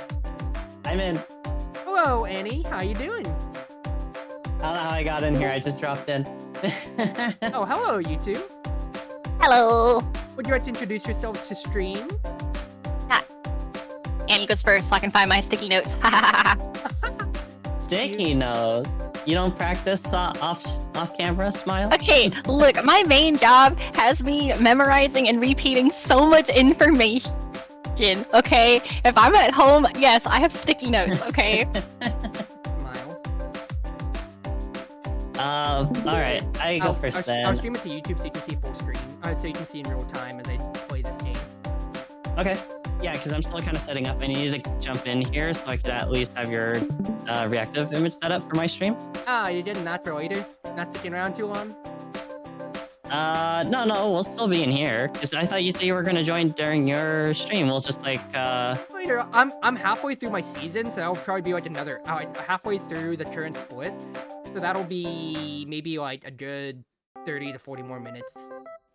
I have an idea. I was gonna have your stream on the bottom left corner with your icon on top. That way, we can vicariously watch yours. And just say Cruzy's finishing up their stream. But anyway, we actually didn't get to introduction. So, Annie, once again. Oh. Hi, my name is Annie. I am a time-traveling mail carrier at your service. And the adorable slime right next to us. Hello, I am Zoe. Full name, Zofanihi, with the emphasis on the knee. I am a tiny little slime who likes story-driven RPGs, but I'm very excited because I realized I don't think I've ever played Teamfight Tactics with you, Cruzy, before, and I'm very excited. I feel like we played like once or twice before. I remember like joining on mobile, but it wasn't too much. I just know that we didn't play double up. Or whatever. But welcome y'all. Because Worlds for League of Legends is going on, I'm going back to a game that I played during my first year of streaming, which is Teamfight Manager. I'm managing the GaleForce Esports team. We are in the amateur league, and I've always taught Tyler about this. It's an auto battler, but you are the coach, so you are controlling pick and ban, and it is super fun for me, because I love that, and I also love commentating. I'm going to be talking a lot here, if you two don't mind. That's fine. I'm not starting my stream for a little bit, so... My season, I don't know if you guys were watching, it was to a terrible start. I started 1-4. I figured out the meta. We are 3-4 now in the season. But there's a lot of improvement right now. The goal is to finish top 5 out of this 8-person league so I can get into playoffs, because top 2 will get promoted to the next league, semi-professional. There are a few famous teams here. Like there's a few there's like randomly generated teams or whatever. But because you know I just modded in a bunch of actual league teams and whatever and such. And it's pretty basic with how the auto battler works. I guess you can say it's like kind of like TFT or any other auto battler. Every character in the game has an ability and a one-time use ultimate. It's just a fight to the death. It's a team deathmatch in a small arena for a minute.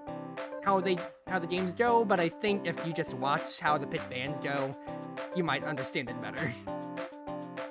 It is currently halfway through the split, so it is off-season at the moment. So I'm just having my players stream to earn money, and I'm just scoping out the competition.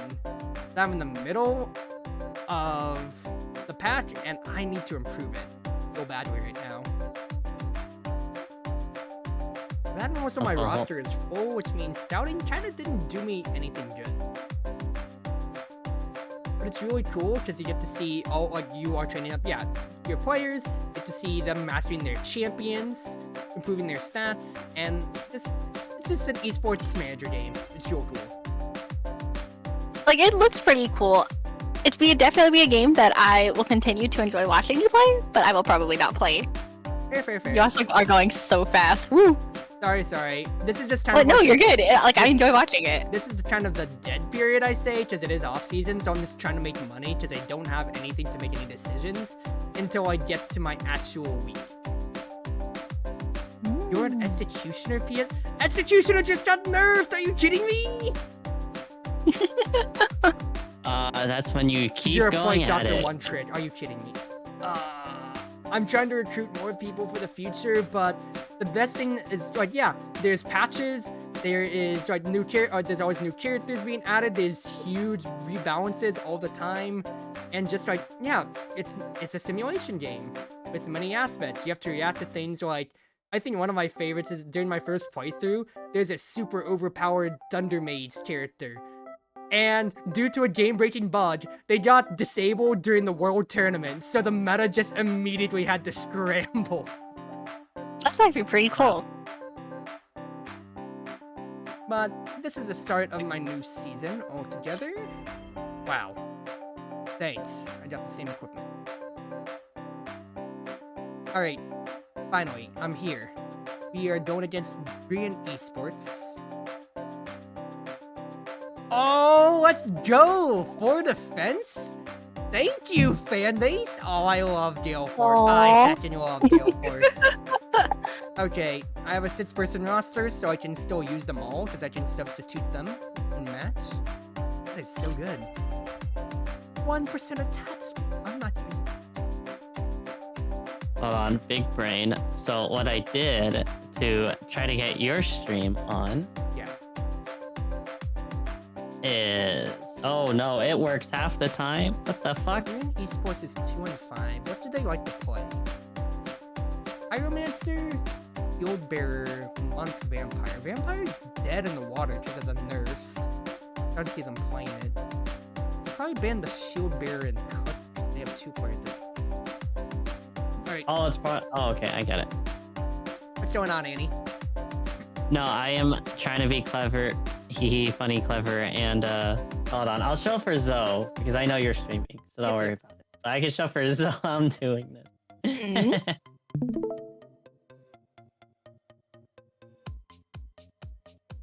Here. Kish is feeling bad, but you've been doing so good. I promised PSM I'd get him game off though, so I might want to have him rest against Korean, especially if they're lower than us. I think this will be the core I rock with then. If we lose, PSM, you're going back up. Do you see what I'm doing? I see, but I'm not entirely sure what's happening. Alright.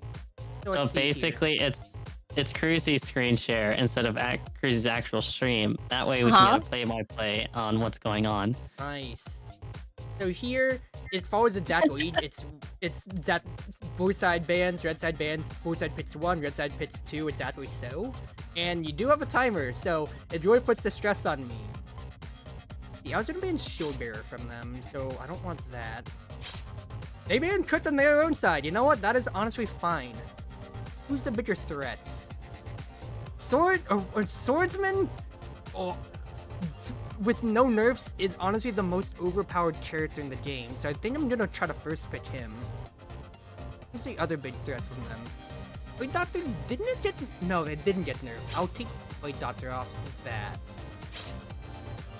Alright, first pick. I need Swordsman in my life. He is too strong, he has 30 defense. Monk? Magic Knight. Okay, Magic Knight was the good pitch.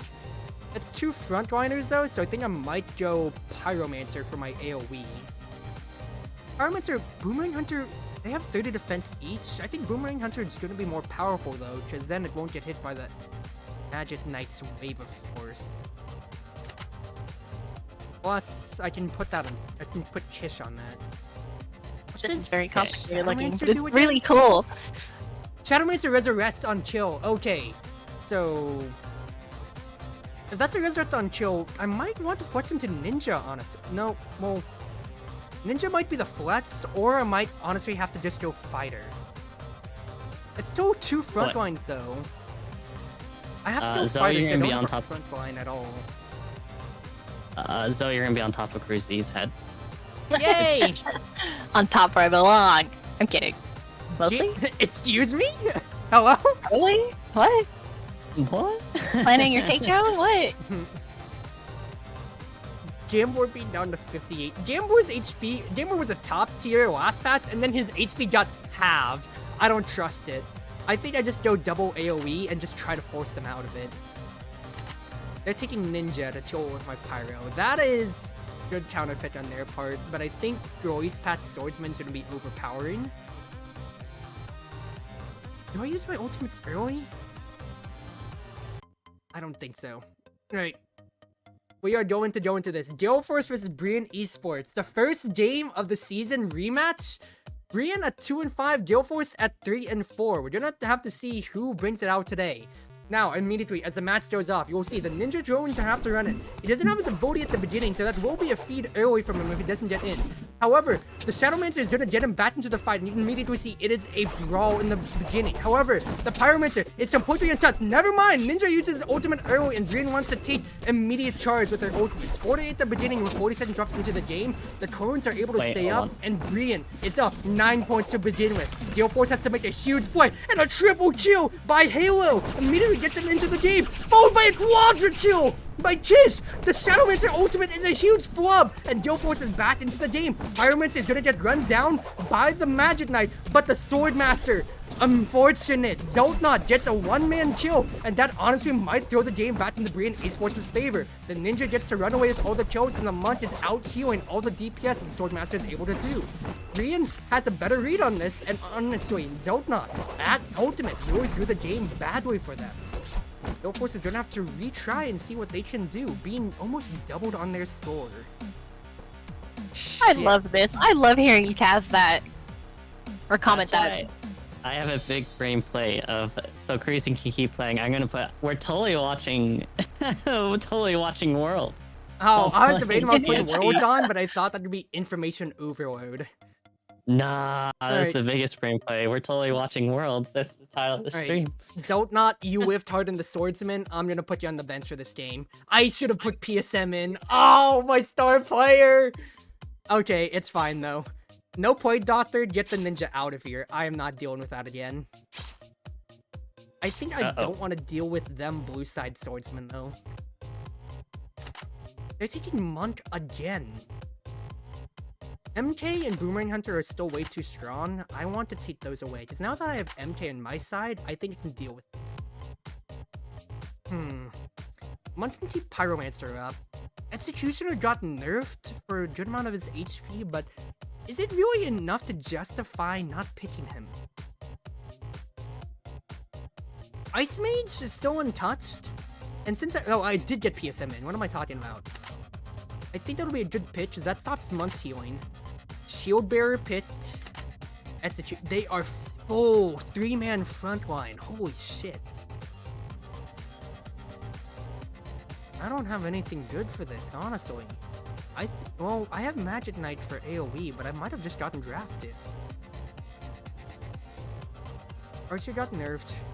What am I pointing towards? Gunner's really not that important. Okay. I think I gotta lean into Illusionist and give Kish Illusionist. Brian, you sons of guns. I think you draft diffed me with the Pyromancer pick. Alright. DSM, you are going back on your star pick of Ice Mage. We're gonna see what we can do. GaleForce is looking pretty strong with everybody actually having preferred picks this time around. So we're going to see how they feel about it, and if they can actually run away with the game. Now, getting into game 2, you can see it is a death ball composition for Brian Esports, and they immediately run in. Pyromancer gets a 4-man hit, and that is going to turn the first team fight into their favor. The Monster to keep them up, but the Boomerang Hunter's ability is going to start bringing in all the damage. Shield Bearer ultimate does come out and trades. A Pyromancer and Ice Mage ultimate comes out. That is a horrible, horrible Monk ultimate, and that honestly could turn it more into GaleForce's favor. The Boomerang Hunter tries to go in, but he's way too far, and the Pyromancer is able to get away with their life. Nice and easy. Brian Esports might be able to bring them all the way over. The Executioner does pull in the illusion, but is it too little too late? You can see the Pyromancer, as far as all the team fights are concerned, is completely untouched. He finally does die, but with GaleForce down 3 kills right now, I don't know how well they're going to be able to do it. The Death Ball is way too strong. The Shield Bearer soaking in all the damage. However, that is an amazing freeze from PSM, tying up the score with 10 seconds left into the game. We're going to have to see if GaleForce can pull it in at the end. Very low health score, very low health bars at the very end. Could spell doom. One more kill to decide it all. It's a tied game, but unfortunately, Brian takes it 19-18. The Pyromancer is too much, and they will win the rematch. Pain. No. I am in shambles. My coaching career is all but over. I mean, I got tights, though. Minor setback, right? Maybe. Oh, types, of course. Yep. Don't worry, it gives me two attack. It's fine. I'm gonna have to reevaluate. I used to really lean into Shield Bearer before, because his ability lets him just make a death ball composition, because he has a passive to where he just takes a % of all damage for anybody in his range. And because there really isn't that much AoE besides really Pyromancer and like Magic Knight, that really screwed me up. I think I'm gonna have to lean into that more. I'm going against LNG, who is Monk Pyro. The Monk is also really destroying my team composition. Alright. What I'm gonna have to lean into now. PSM, you're still not feeling the best, but honestly, dude, I'm gonna have to keep running you. Come on, dude. We have to get ourselves out of the gutter right now. No swordsman. I can respect that. Archer, they have archers on their team, but I told myself I'm not going to deal with the monk, and they are blue side, so no pyro. They picked shield bearer. I'm immediately taking magic and boomerang. Cook. Shield bearer, magic knight. You're healing. White doctor to offset the cook. That's two people in the front line. Do I even want to greed possibly and go gambler? The attack speed is amazing, and they can't reach him. I think I greed and just gamble for it. Like, really so. Archer, rounding out with a Shadowmancer. That is 3 back line, 1 front line. Magic Knight and Shield Bearer to just bulldoze over them. I could pick Fighter and just death ball them instead. Because then nobody reaches Gambler. Ninjas, I want to really go in with Ninja because 167 HP is huge. But Shadowmancer can't do too much. They have 10 attack. They're more of a support. I think you just death ball them back. I'd give Halo Fighter. Alright. LNG versus GaleForce. Number 3 versus number 6 in the standings. We're gonna have to see if GaleForce has learned from their mistakes in the meta. They're able to death ball their composition back. Fighter immediately kicks the cook in, and that's gonna be an amazing kill. However, the Point Doctor does respawn thanks to the Shadowmancer, but they are unable to get the Jamboard. In the back lines, they do pop their ultimate early, and with that now, they are looking to try to use the perfect combination of Cook and Point Doctor. Offset the immediate damage with the immediate healing from the lunchbox. LNG has an early ultimate, has an early advantage, but unfortunately, GaleForce's ultimate come in. A 3-man taunt comes in now, and just so that GaleForce can take the advantage. Shadowmancer is gonna get everybody respawning all together, but the Gameboy's in a perfect position. Muzzy does get themselves a good amount of damage before falling, but the Point Doctor is running circles around them. It's a tied game altogether, and we can see immediately Muzzy almost goes down on the respawn. However, the Point Doctor does not get him. 13-13 in the end. Muzzy getting amazing peel from his team, and the Shadowmancer also survives. It's gonna come down to the wire. Last kill will get it done, and the Point Doctor falls in the back lines. 17-16, LNG falls against GaleForce. Oh my goodness. I cannot believe I survived. You want Illusionist and Nets match, Kish? I don't know about that. That was a pretty close game. I don't know if I want to pick Illusionist in. What don't I want? No Monk. Get the Monk out of here. No Shadowmancer. No Cook. No Cook. No Ninja means this is ripe for the picking for a Pyromancer. Shield Bearer drops in priority, but they're taking Archer for backline. Shield Bearer next. Magic Knight for me, and what's their next pick? Boomerang Hunter. They want to shred my defense. Doesn't Executioner go way up then in that case? Illusionist should be great. That takes Kish all the way up, and that gets him a preferred pick. A high preferred, I should say. Then how do I round it out? Get Illusionist. Then who's my next pickup after that? Fighter? Fighter's defense doesn't matter as much. That gives Halo a preferred pick as well. Either that, or I could give him Magic Knight instead. Ice Mage doesn't have as much bearing, just Shield Bearer exists. I could kick anybody out of Shield Bearer's range, so I think that'll be the pickup. They take Executioner. Really? Okay. You two still doing okay? I might be dominating the conversation. I'm sorry. No, No, I just like haven't. don't want to interrupt your casting, man. I'm I thoroughly haven't- enjoying. I haven't interrupted because I am also trying to set up audio to separate your audio from also to have music because Fair, fair. well, it'll be pretty boring if we Fair, don't fair, have fair. music. I'm just really focusing in because like I cannot be last place this season. I need this win. I need all the wins I can get. Because I'm outside Fair. the playoffs bubble, and with this, GaleForce needs a win. Now, as game 2 immediately begins, you can see the AoE going in. The fighter tries to kick the Executioner out of range, but he does fall early. However, an amazing AoE does get the entirety of LNG taken out. Although the Executioner does fall, early ultimates will try to bring it back into LNG's favor. You can see he does succeed early with them getting the 4-6 victory lead, but the illusions are too good. The fighter ultimate immediately brings it back in GaleForce's favor, and right now they do have a sizable lead. The Shield Bearer is unable to stick next to the Executioner to give the additional healing, and with the recent debuffs and nerfs on the patch, it looks like LNG might have just not picked right for this. The Archer does kite away, but the fighter just immediately jumps right onto the Boomerang Hunter. The backline is way too stifled for LNG Esports, and GaleForce maintains a 2-man lead in every single team fight. 10 points left, 10 seconds left, and LNG is going to fall 2-0, with GaleForce taking another win in the second half of the season. Let us go, Let's go, GaleForce! boys! That GaleForce is what I 2-0. need right now. We are jumping into 4th place with that, and it is a 4-way tie for 4th place. Oh god. How many games do I have in this half of the season? Schedule 5 games. That is still a lot of time before vacation. For vacation and then playoffs.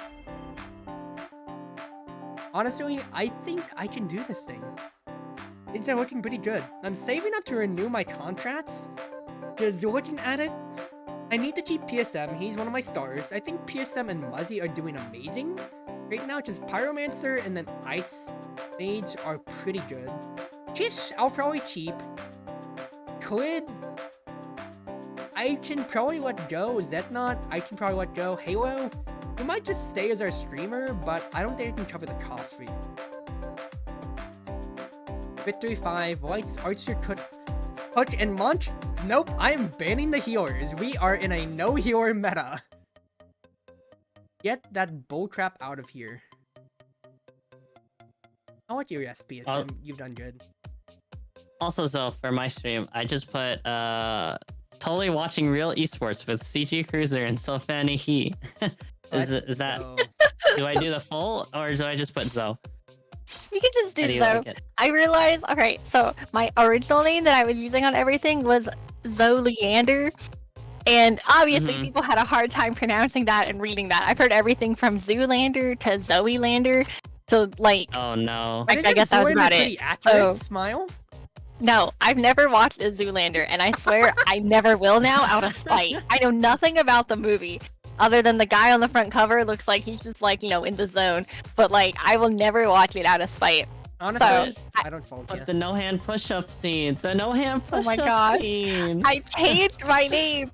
One, because I did want it, I guess, just kind of split from the name I've been using. And all my other past names have been like, other people have helped me come up with a name. But this one, I actually came up with it like mostly on my own. So I'm very proud. But now I still have the stupid curse of nobody knows how to pronounce it, which is probably my fault. It's Nice. Zofanihi, with the emphasis on the knee. Zofanihi. Oh, but I it's mean, okay. It reminds me of my problem with like, I'm always kind of like, hey there, CG Cruiser. That's 3 syllables, that's all. Just call me Cruzy. Hey there, Chartreuse. Chartreuse. Just call me Cruzy. Idiots.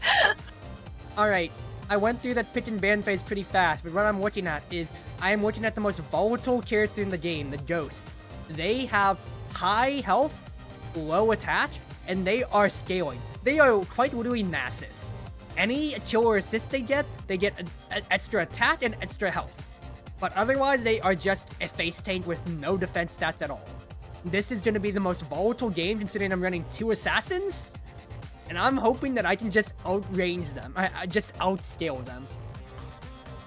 Ghost is a scary character because your composition lives or dies by this. And I'm hoping I can just outgrind them because they have a pretty in-your-face composition. Victory 5 versus GaleForce Esports. We're gonna have to see what they can do here. Now, the Shadowmancer does exist on Victory 5, meaning that they can get immediate respawns. However, Ghost at 3 stats, make that 4 stats immediately. That is real good tidings for GaleForce, and they're just gonna be able to start dreading in. You can see, the Ghost just pops onto the Shadowmancer. 6 stats, immediately. A pop-off game for the Ghost. They can 3-shot the Shadowmancer, 2-shot the Boomerang Hunter, and this is all but over. 15 kills already in favor of GaleForce. The ultimate start coming out for Victory 5, but they're still behind at the end of that. 30 seconds left in the game, but this is over before you even begin. 15, 16 stats for the Ghost. He can just effectively one-shot the Illusionist at this point. 1, 2, 3, 4 kills! Quadra kill for the Ghost, and it's a massacre! 22 stats, and they just keep respawning on top of him because of the Illusionist! Stop the massacre! It's all over! Victory 5! What was that draft? 19 Good job. Let's go, GaleForce. on the Ghost. 19. Okay, I'm starting my end of the stream, by the way, so I'm gonna mute myself in Discord, but I'm gonna do my intro on stream first. Go right ahead. Okay. Don't That worry. was- I have you 2 muted, so you don't have to worry about. That's all Yeah. good. That was, well, I told you, Ghost is volatile, and you saw just one-shot kills. That is scary. If they don't ban Ghost, that is a mistake on their end. No Illusionist. Well then, Mhm. let's see. Oh,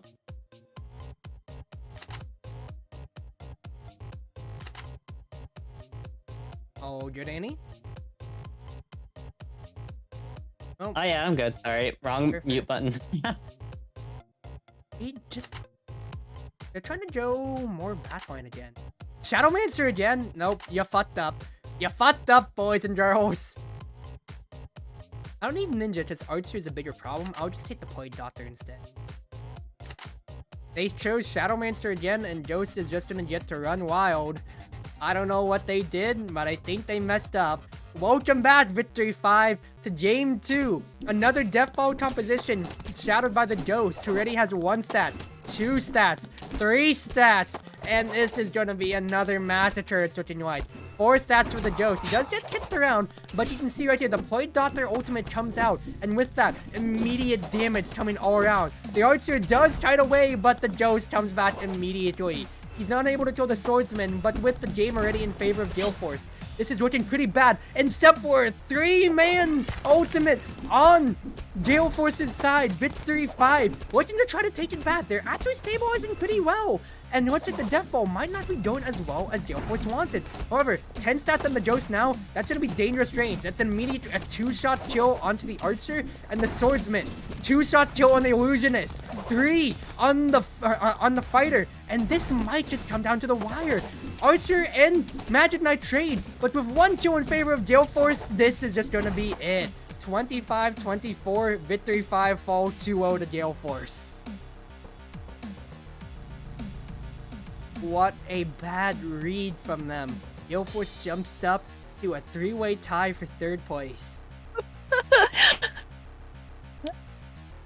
Alright, so I am a little confused because you guys were doing really badly.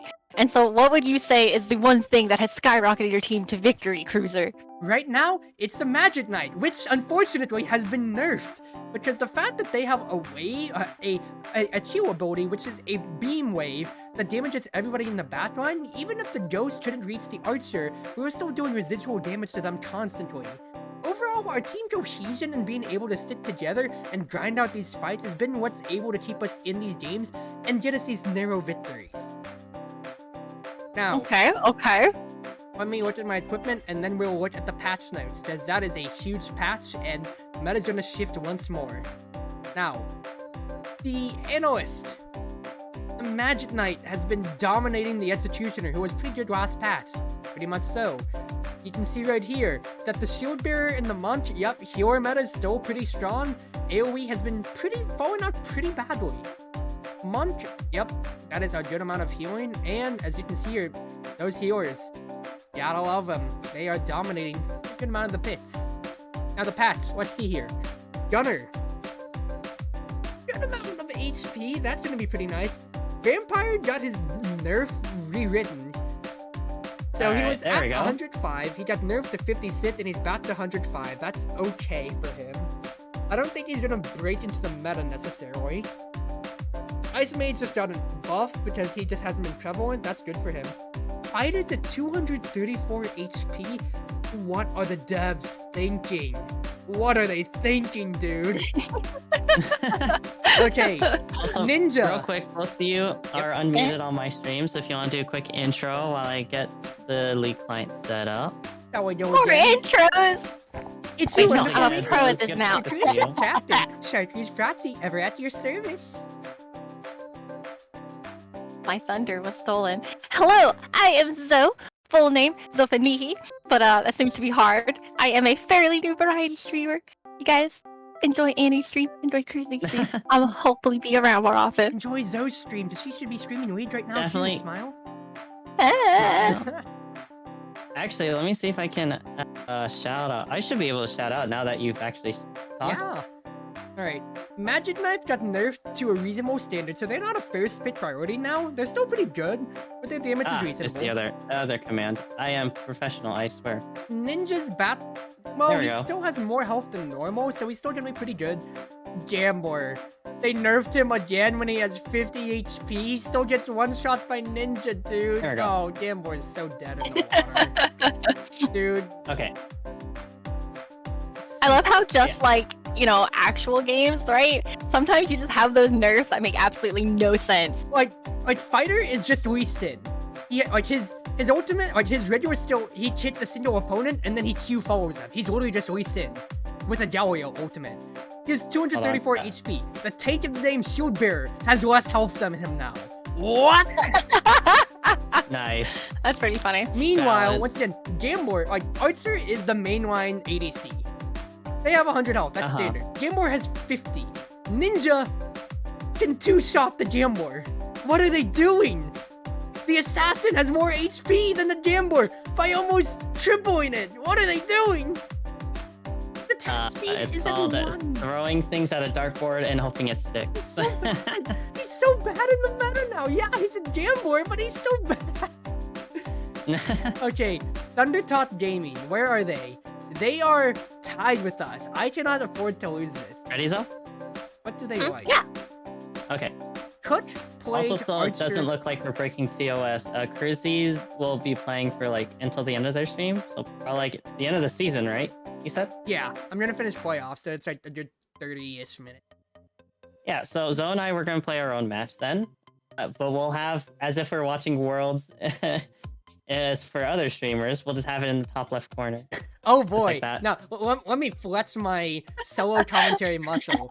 This is a grudge match because Thundertop Gaming boomed GaleForce's mental at the beginning of the season, delivering them their second loss and what would be their downward spiral 4 games in a row to end up 1-4 at the beginning half of the split. GaleForce now has been an upward trajectory at 5-5, and they are looking for blood with a 2-win streak right now. We're gonna have to see what GaleForce can do. Now, the Cook is a pretty expected ban from GaleForce, and Thundertop, seeing how Swordsman was untouched and is still pretty good, they don't want him Hi, Renee. at all. This is a very fair pick. What's GaleForce gonna take off next?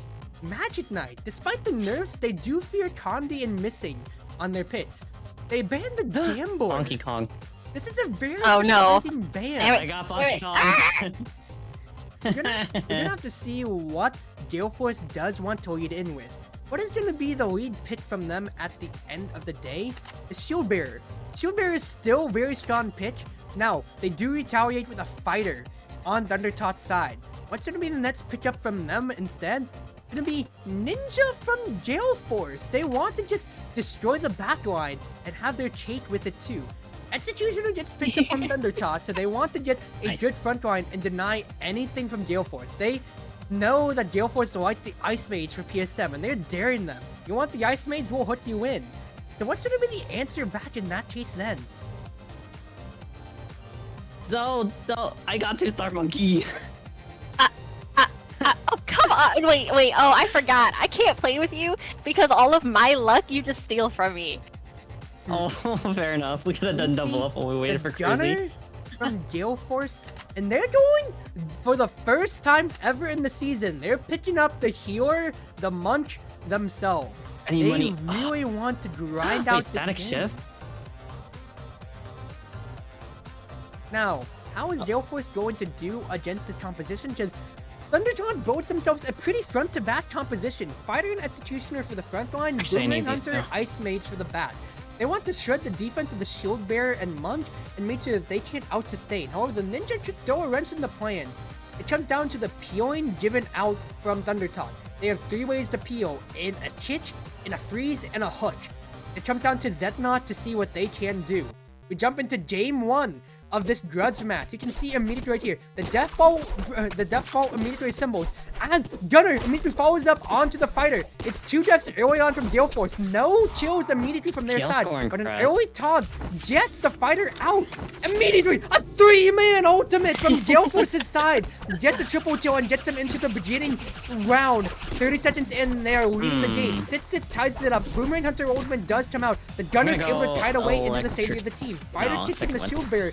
Not the immediate first pit, and the Monk is able to keep his teammate alive. Ice Mage is gonna go down, and it's a tie game. An amazing hook gets the Gunner in, but he kites away. Amazing movement from PSM, the star player from GaleForce, as it is a tied game. However, Ninja takes GaleForce into the throes of victory. 14-12, 14-14, triple kill from Condi at the very end. 14-15, 5 seconds left into the end of the game. GaleForce ties it up 15-15. It's gonna come down to the last kill once again. The Executioner stays alive, and it's 15-16. Thundertot once again takes game 1.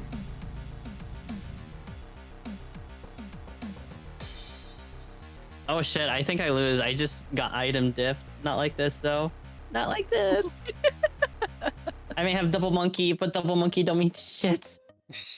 The bad that I'm more interested in our official but not official worlds than I am in winning this TFT match. Oh, I know. That's why we have both streams going on. Because Cruzy's commentation is so good. Now, we can see here. What's the adjustment? Halo comes in for GaleForce. What's what they really want to try to get their fighter game going in. However, Thundertot on blue side means that they do have first pitch. What is going to be the adjustment? Magic Knight and Shield Bearer ban. This is going to be a very volatile game going in. Now, first pitch fighter from Thundertot. That is no surprise at all. What is GaleForce going to retaliate with? They're going Swordsman. Swordsman played Doctor. Looks like they just want to run it down and in style. They just want to destroy Thundertot as quickly as possible. No worries at all. What's the next pitch immediately from them as well? Ghost. This is immediately Death Ball they're looking at. Ice Mage, Pit, and Gunner to try to counter the Ghost from GaleForce. So what's the pitch? Executioner. You want to run away from the scaling? GaleForce wants to run down the entirety of Thundertot. They have 3 peels again. Ice Mage, Fighter, Shadowmancer, and Gunner can kite. But GaleForce is looking to just completely obliterate where they stand. It's a Death Ball versus the individual ability to kite. Thundertot versus GaleForce begins. Now the Ghost immediately gets 1 stat. He does fall early, but the Plate Doctor just changed. Fine, it's fine. I think I beat you. Immediately, you can see the Ghost going in for the Gunner. But the Plate Doctor ultimate's amazing. The cheap GaleForce alive. The Swordsman ult only gets 1 person, and the Ghost is left at 2 stats. This is not looking pretty good. Gunner ultimate only gets one person. High Noon does not affect more than one. GaleForce is keeping it close with the 9-8 storyline. The Plague Doctor keeps the entire team alive. It looks like they are trying to keep it up. 20 seconds left in the match. GaleForce is looking to steal. 3 stats on the Ghost. Mates that 4. No! The Illusion instills the Ghost before he can get the final hit. The Illusion stays alive and is able to grind it out. Too much damage on the side of Thundertot. It looks like the game should be all but over. Ghost has 4 stats, but is it too little too late? The healing and peeling is way too much. The Executioner tries a Miracle Horde, but it's not enough. Thundertot runs away with the last game, 25-17. And once again, Monkey. This should be the boom for GaleForce. Thundertot takes their place in the standings, 3rd place. GaleForce falls down to 4th and is tied once again to LNG. Elite news. Excruciating loss. Excruciating loss for GaleForce. Even the news knows this. In the end, GaleForce was defeated in a ranked match that everybody was talking about. 4th place at a -1 differential. Thundertot is looking to challenge for the top 3. Now remember, this is exactly shaped like the the Chinese League in League of Legends. 1st place immediately gets a bye to the finals. Shit, I got BF Sword. And everybody else battles in a gauntlet style. Thundertot wants to secure a playoff round 2 bye. Now remember, GaleForce does have the -1 differential due to LNG having a -3. And they hold the head-to-head record, meaning that even if they tie, GaleForce secures their spot at number 4. So look at this. The scale scored. Now remember, there is 3 games left in the season. This is still anybody's game to still make it into the playoffs. Ultra Prime, even in last place, is only behind GaleForce and LNG by 1 game. Anybody could fall out, but the least that we can say is that WE and Rare Atoms are locked in for playoff position. It just comes down to where they fall, and if Ultra Prime loses 1 more game, then that is it. WE and Rare Atoms are secured for at very least a top 4 finish. Oh, I so lose this one. Not like this. No. No, it's gonna be WE versus GaleForce. Last person time beat me too. WE and GaleForce faced off, it was the team in 1st place losing to huge versus shooters. the team in 7th place. You wanna know what's worse? Has better I fought them, prospects. they were level 5 with 4 units and I still lost. Oof. GaleForce puts in better prospects, climbing up to 4th place, but WE still maintains their 1st place record. This is going to be an uphill battle, and once again, it's just at the beginning of the split. Thundertot defeated GaleForce 2-0, and if anything goes to serve as last time, WE could boom GaleForce and take them completely out of the season. It's going to be a heated match. We're going to have to see how it goes. Now, interestingly, Kish, the starter for GaleForce, has been commenting about mental health issues, and he's been feeling down in the dumps.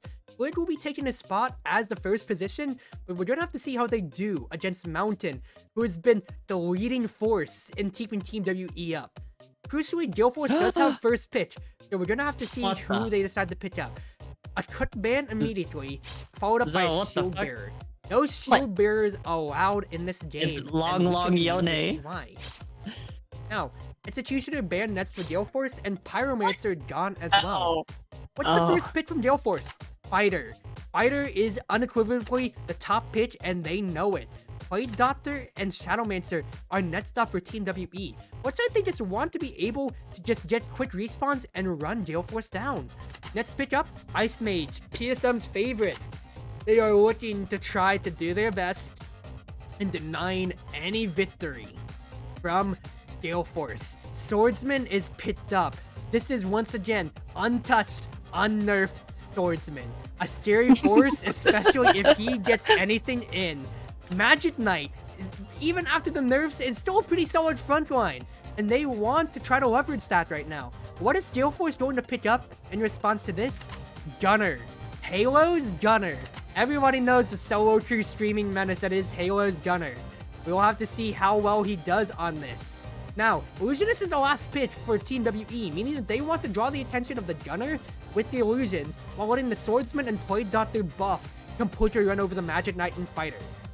Shadowmancer brings in a huge problem for GaleForce, because the speed at which they can be run over is a huge problem. It comes down to seeing what PSM can do on a signature pit. Now, game 1 immediately goes out. Polydoctor Boss jumps out. And although it's 2 deaths immediately early on, remember, Shadowmancer immediately draws them back into the fight. However, Illusionist at 1 HP. They will stay alive. Gunner gets a 3. Okay. Gunner gets 3 assists. It looks like Muzzy gets a triple kill. A Swordsman only hits 1, and the early ultimates come out for Team WE. 8-8. Immediately, Gunner ultimate comes out. It gets denied. He dies immediately on impact. And it's Walter kill from Khalid. My voice is cracking as GaleForce is looking to get the advantage. Another 3-man ultimate coming out as GaleForce takes the lead. 16-14. 23 seconds to try to grind it out. However, in the spawn with an Illusionist is exactly where Team WE wants to be.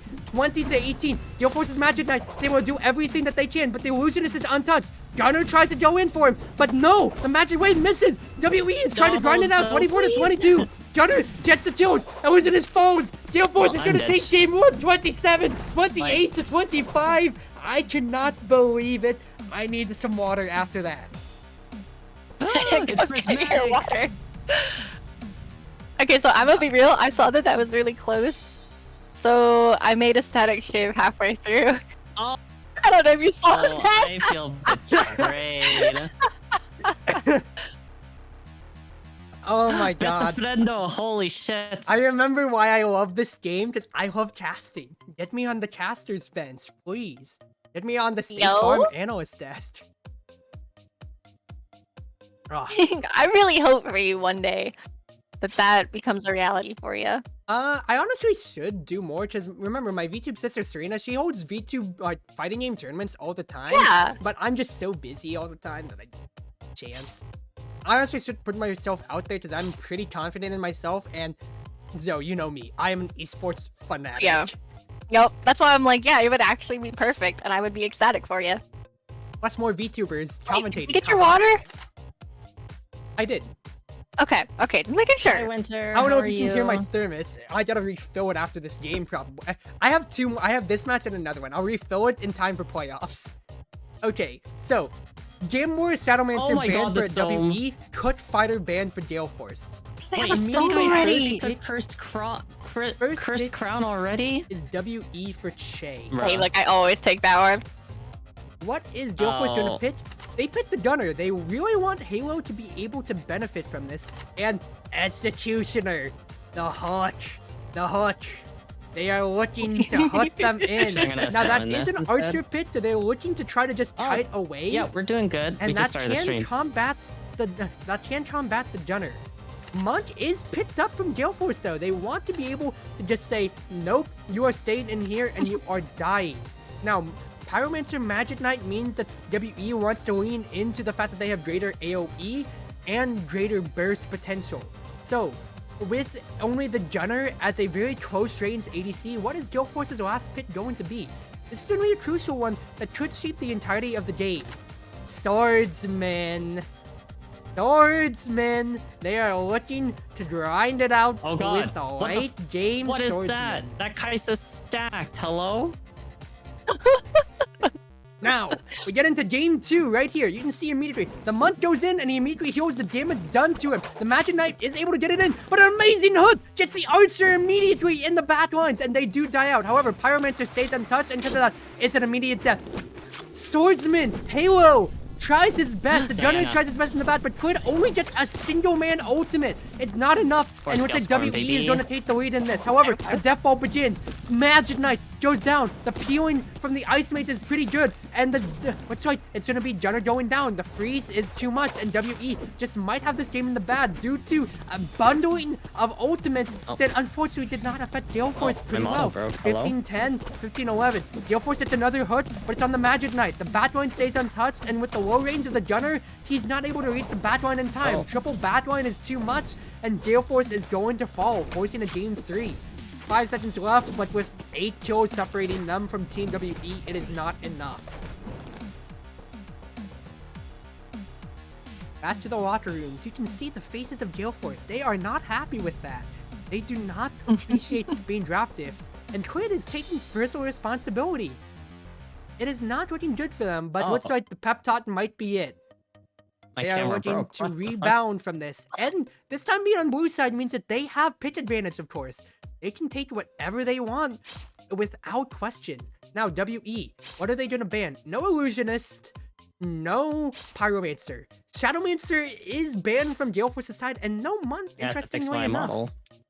Now, Oh no, GaleForce, Broken Annie. I know, Broken Annie. What the fuck? Like, you gotta be Now- careful with that time travel. oof. We immediately see the meta pits picked up first. Ice Mage's picked for GaleForce for PSM. Fighter picked up for Team WE. That's gonna go immediately straight over to Puff. What's the next pick? Boomerang Hunter, possibly from Mountain. Now, GaleForce has a chance to retaliate with any pick of their own. What's gonna be the next one? Archer. Archer will probably go over to Twid. He does appreciate that. Executioner coming out now. Now, this is very interesting. With no AoE left on the table except for the Magic Knight, and immediately That's so so, weird. GaleForce Why does is take it. my- This is looking to be a very volatile match that should swing in any direction. So, the question is, what is GaleForce looking to bring out for this last game? Play Doctor. They want to maintain a lead. They want to get it quickly. WE, in what should be the There we go. biggest disrespect of the I have to season, wave to the hits camera. Gambler into GaleForce. Now, granted, Shay is always known as the Game 3 Menace. He gets additional stats, and he is a marksman supreme. They are looking to just take GaleForce to the brink, and they say, we don't fear the Plague Doctor. We want you to crumble. This should be a boom for GaleForce, or the win that they need for the latter half of the season. Game 3 begins, and immediately you can see the Plague Doctor buffing the team up.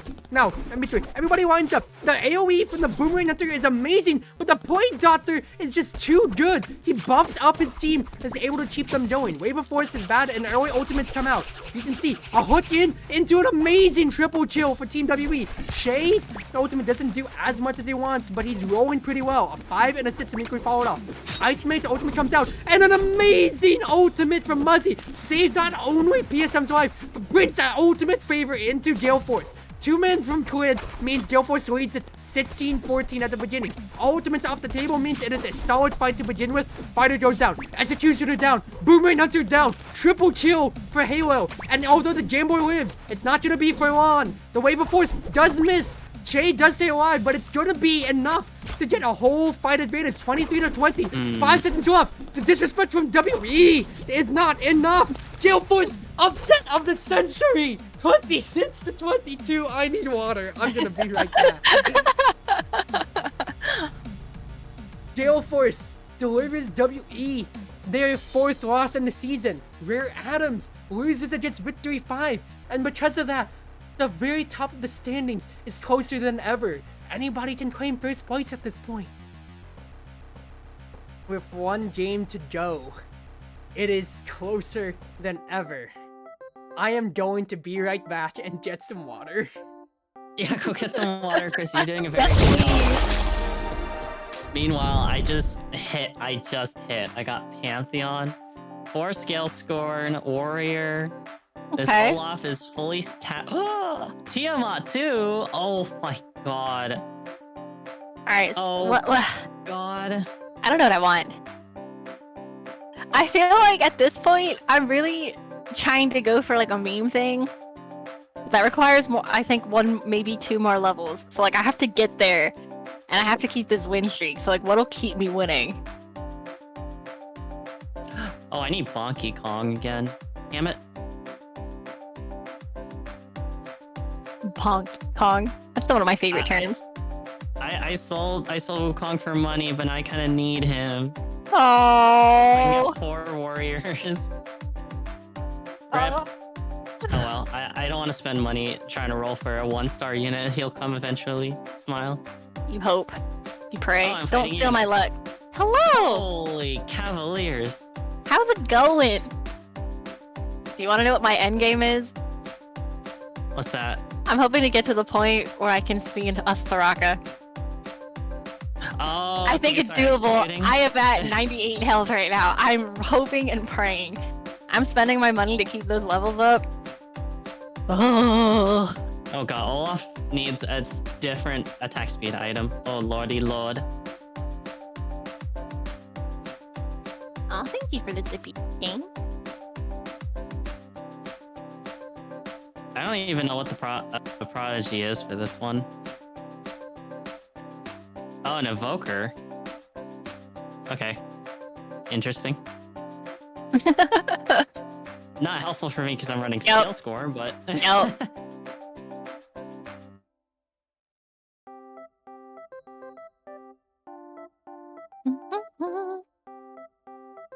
Actually, would any of them help you?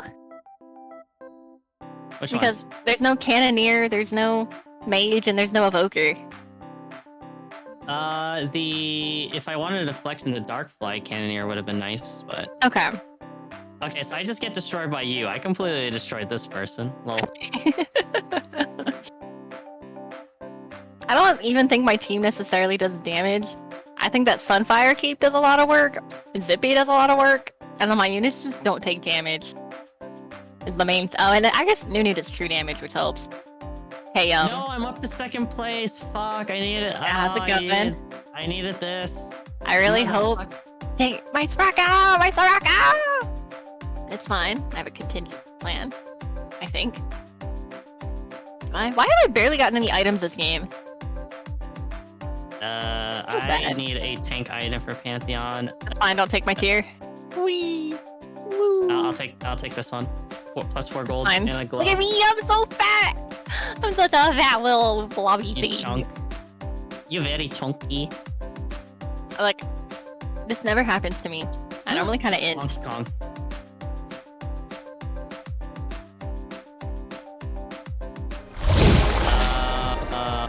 Damn, I really wish I had attack speed, bruh. Welcome back to the State Farm Analyst Test with the last game of the regular season. Not like this. Hi everybody, I'm Matt. I got a fresh thermos of water with, I don't know if you can hear my judge jiggle, Ice? a lot of ice. Wah-uh. Mm-mm. You'd be so proud of me, Cruzy! I normally int and go 7th or 8th, and right now I am on a 10-game win streak. I think I've only lost one match. Yo! Reminds me My of how current- Annie said she'd do a drunk TFT stream. Smile. Wait, I might lose. Oh, not anymore. It was already getting late for the stream. Wait. So... Do I lose? Top 10 moments before disaster? You know, this happens every time. I get really excited over my win streak and potential Soraka capabilities, and then I lose. Oh, Zippy almost one-shot, though. I don't have items. Kickmaster, at least then. That sounds terrifying. Top 10 moments before disaster. I was on a 10-game win streak, though. Can you really fault me for my bravado? No, I wouldn't, but then At least we're not you last literally place. just got instant lost. So what can I say? Yeah. Tads, instant loss. Uh, Mind What do I break. need? I need Mental. two needlessly large rods, 2 recurves, 2 needlessly rods, 2 recurves. I can remember that. Alright. GaleForce against Rare Atoms. This is a very big match. With 2 games left in the season, I thought we only had 1, but with 2 games left in the season, Rare Atoms is holding on to a semifinals bye at the moment. However, this could be it for both of these teams. A win for Rare Atoms puts them in the running for being a finals bye, whereas a win for GaleForce puts them in playoffs round 2, possibly tying Thundertot Gaming. This could be it for both of these teams. A do or die match going to be decided by what we have here. Now, Okay, Rare Atoms does the blue no. side. I am now losing very badly. Princeton, help. Wait, rapid fire cannon would be good. Another sunfire on Diana would be good too, and a giant spell. Who's I'm gonna do that stand actually. First and foremost I'll take this. from Rare Atoms. What does GaleForce decide to ban? They ban Fighter. Being on red side means that they do not want to deal with any of the meta pits and Ice Mage as well. Now, Rare Atoms also has been studying GaleForce. They know that they prefer the Monk, so they instead opted to get the Cook early. What does GaleForce pick in retaliation? The Plague Doctor and the Shadowmancer? What's that they really want to bring something Okay. new to the This table? is good. I got good Try items. to deal with Rare Atoms, knowing just how good that they are. Now, Magic Knight immediately then next up. Pyromancer's still up. This would be really good for Rare Atoms if they want to go AoE composition. But they go Boomerang Hunter and Executioner to round out their composition. what does GaleForce decide to pick in that case then? With two characters, with one character left, Pyromancer. You'll love to see it. Muzzy jets his pitch, and this is going to be a bloodbath. We are looking for a bloodbath early. We're looking for a real My good pitch game. is 1 star. I have a bunch of 1 stars too. It's okay. I think you're gonna maybe beat me. Everyone's carries are starting to do damage, so my armor's not enough. Now, game 1 will begin. GaleForce immediately, you can see the Plague Doctor wants to get the swords, wants to get the Magic Knight in. And even with them falling early, the main threats of the composition is that Pyromancer. Wait, no way. They are getting as much damage as they can. And an amazing Plague Doctor ultimate from Zetnut. Not only destroying the Boomerang Hunter's ability to deal damage, but getting a teamfight wipe of their own. Although they will wipe in successive nature afterwards, they are in the spawn with Illusionist. This is with Shadowmancer. This is all but over as Rare Atoms are just getting spawn camped one by one. They die in a row. You can see Muzzy keeping himself well in the back lines, well away from any attention, and he is doing his best. He is doing his best thing to be able to keep GaleForce alive altogether. The tribal stomp completely coming out. Boomerang Hunter doing his best that he can. It's a tie game altogether. However, Shadowmancer keeps them all alive. GaleForce gets a team wipe at the end of the game, and 24-21, a lot closer. Rare Atom makes them work for him, but it's not enough. Shadowmancer keeps GaleForce going.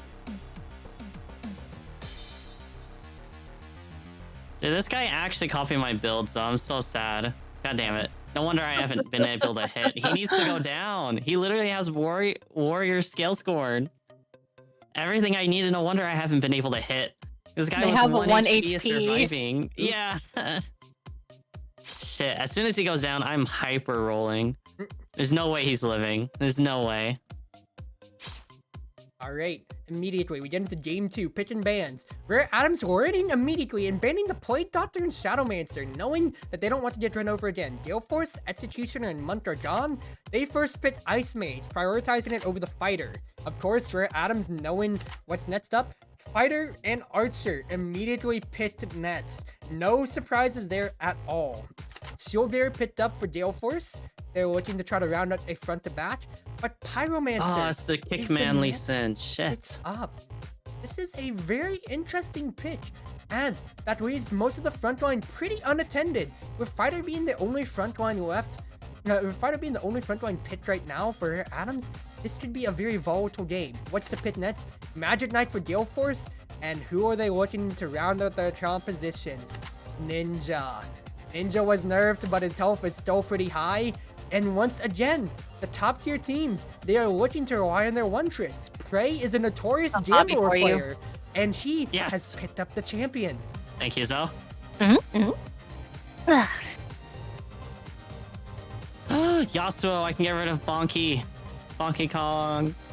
I'm sorry, my guy, but you need to be retired. All right, getting into game number 2, GaleForce versus Rare Atoms. Take it. Oh. A backline composition versus what seems to be an AoE focus centric and burst mage composition. You can see here, GaleForce takes the immediate team fight, and although the ninja teleports into the bat, the Archer is able to peel away for his teammate. Now, GaleForce looking to power through the Jamboard ultimate. It's a pretty bad roll this time, and the Pyromancer whiffs their ult completely. This is horrible for Rare Atoms, who have no ultimates left on the table, and GaleForce still folding 4 of 4. Going 30 seconds in with GaleForce in the lead, this should all be it. The Jamboard pit did not pay out. The roll of the dice is not in their favor, and with an Ice Mage in their spawn and a taunt going globally out, it is a massacre. One after another, the spawn camps are coming in. The ninja play from Muzzy is immaculate. And although they can kite away, you can't get away from a teleport insta-click. You're dead.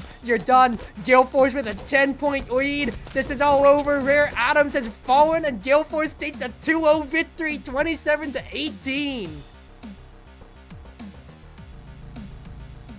What are the implications for standings with this? Thundertaunt loses against WE. WE secures their first place position with a +10 differential and a 9-4 record. They are a bye for the finals completely. Rare Atoms with a 2-0 loss. I finally hit my power spike. They still hold on, and they could still secure themselves a second place semifinals position in the season, but that is if they win their next match. Now with Thundertot and GaleForce tied, a +2 to a +1 differential, if both of them win their matchup next, Thundertot will take 3rd seed due to the head-to-head. Last game of the season has all the implications in all the right place, and with playoffs basically locked in, it's all coming down to the wire. Gosh, darn it. This is so stressful. Sound like you're having fun though. I am. Okay, so Brian Esports is out of playoff contention. LNG Esports out of playoff contention. Ultra Prime and Victory 5 are on the bubble and tied with 6 wins, 7 losses each. A win for either of them could bring them into the last 5th place position. Because remember, top 5 out of 8 qualifies for playoffs. This is going to be a tough match altogether, though. Stop, Sippy! Ultra Prime has to beat GaleForce. Victory 5 has to beat Thundertot to secure their victory positions. It's going to be a banger of a match in series, considering this is the last match of the regular season before we head into playoffs. Playoffs! With 4 spots secured and only 1 left up for grabs, we're going to have to see. Ultra Prime is the first matchup of this week, and this is a crucial one for them. Now, they do have blue side against GaleForce. What's going to be the first ban? First ban coming out, no Pyromancer. Next ban, Fighter. Top tiers are already getting taken off the table. Gambler, looks like they do not respect it at all, and honestly, neither does GaleForce. Gambler should not exist, and he has not been performing too well considering how he's been nerfed in the past 3 patches. Now, Monk, first pick immediately. That will go to YumYumu77 on Ultra Prime. What is the next pickup then for GaleForce? Magic Knight, no surprise there, followed by Shield Bearer, Death Ball composition, a classic coming in. Gunner is going to be the pick for Ultra Prime. They want to be able to kite away from GaleForce and do what they can to keep their spirits high. Played Doctor. Oh, just Kickmaster Lee This is a complete overview on what GaleForce wants to do. They want to get in their opponent's face and run away with it. Why is that? Because they have 3 melee. Ultra Prime runs out there grabbed with a cook and I'm dead. He did 20 damage to me because I couldn't kill him. Oh my god. Yikes. Now. Oh my god, you lost 16. All right. I think that's a good time to surrender, though. What? No, I'm still on this. You're gonna. No, I'm still on this. 6 Cavaliers. Oh boy, I heckin' love my Cavaliers. Too bad they don't have Devastating Charge, unfortunately. Yikes. Now, GaleForce rounds out their draft with a Shadowmancer. The Plate Doctor, they want to grind out the composition of Ultra Prime, and it looks like they'll be able to do so with everybody able to stick right next to the Shadowmancer and just respawn on Rift. Stacked. But Ultra Prime is going to have to grind out with a double healer composition. It's looking pretty good right now, though. The Cook is doing so much work and so much healing that Ultra Prime is able to sustain through the Death Ball composition of GaleForce. However, with all their ultimates still left in and 30 seconds left, it's going to be an uphill battle. 10-5 right now. GaleForce is able to kill the healers and keep themselves up. Now, 12-18. The Gunner is running away from the Magic Knight. It's able to out-sustain the damage. It's too much for GaleForce to deal with. And it looks like the 1v1 is not turning in their favor. Now, the ultimate's left on GaleForce's side. You can see the Plate Doctor. He actually uses his ultimate, crucially, very at the end. But I think the double healer might be too much. 18-16. The Gunner runs away with it. The kiting from Umati is too much. And Ultra Prime upsets GaleForce 18-16. Hold on, I'm gonna use a bathroom. I'll be right back, but Crazy, keep commentating. Oh, I'm voice tracking. I need more. I hope you're enjoying Unofficial World. Smile. Okay. Double healer really was the bane of GaleForce, and immediately you see Cook and Monk banned. That is off the table. What is going to be GaleForce's next pickup? PSM's Ice Mage. You'll love to see it. Shield Bearer immediately picked up from Ultra Prime. They go for Boomerang Hunter. They want to be able to deny any ability to get into the back line for GaleForce. Ninja is the pickup though. He wants to blow up the Boomerang Hunter with no guarantee of being able to get back in. So, what is going to be retaliation pit from Ultra Prime? Shadowmancer. Stay in GaleForce's face, get them out of here. Pyromancer picked up as the retaliation pit, and Fighter. Fighter made it to the very last pit of the draft, and honestly, I am surprised by this. This should never have been able to happen, and now GaleForce wants to be able to just run them over. Executioner is the last pitch for Ultra Prime. They want to Death Ball and pick apart the Pyro Ice Mage backline. It's gonna come down to this. Game number 2, GaleForce versus Ultra Prime. Now you can see right here, Pyromancer immediately getting amazing 3-man hits, but with the amount of shield bearer tanking that there is, it's too much for him. He immediately respawns thanks to the Shadowmancer, but the Ninja getting the pitch right off the bat is too much. Boomerang Hunter gets a triple kill and turns the tide in their favor, and it's looking to be very bad for them. However, Shadowmancer's ultimate does not pan off well. Pyromancer gets 2 people. Make that a triple kill. Make that a quadra kill on the death. No! Denied by Ultra Prime. However, GaleForce still has the lead. 12-19 halfway through the match. You can see, it is a scrap fest. Executioner goes too far in. He tries to get the Ice Mage, but he dies all by himself, and he's cornered. 3 people right on him. He dies by himself. He's unable to get the Pyromancer, and it is just a massacre all around. Boomerang Hunter getting picked off by the Ninja of Twid, who just continues to run around each of them, picking the backline off. Even if the Illusionist, even if the Shadowmancer gets their hands on the Ninja, he just teleports away, gets another pit. It's coming down to the wire, and 22-21, GaleForce is able to take the victory. Nice. Woo! Let's go Down to game 3. Oh, with Ice Mage's top knots, this is why I love you, PSM. Your Ice Mage is too good. What do you mean that was okay? PSM didn't care. But he knows he's good, and honestly, he is a star. GaleForce is on red side again, though. What is going to be the play? No Pyromancer. Very much so. Ultra Prime does not want to deal with them. Gambler out of the way, and that is a munch. No healing on the table. What is Ultra Prime picking? A Fighter. Ice Mage retaliation pit immediately afterwards. Magic Knight. We are going back to the basics for GaleForce. Shadowmancer picked up Ultra Prime. They want to be able to run over this composition one more time. What's next up for them? Play Doctor for GaleForce. They want to say no to whatever Ultra Prime is planning. Boomerang Hunter and Archer now picked up next. That is going to be a pretty strong backline that Ultra Prime want to be able to force and flex onto GaleForce. So, that begs the question. If GaleForce is going with their tried and true, what is really the last pick for them? They're banking it on the Ghost. The Ghost has come out to play, everybody. Before you start this one, Cruzy, Zoe, we'll start the queue after this one. I want to see who wins.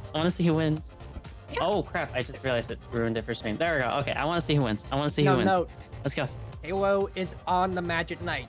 Quid is on the Ghost, and although he has not been the biggest flex on it, they're looking for him to carry the game.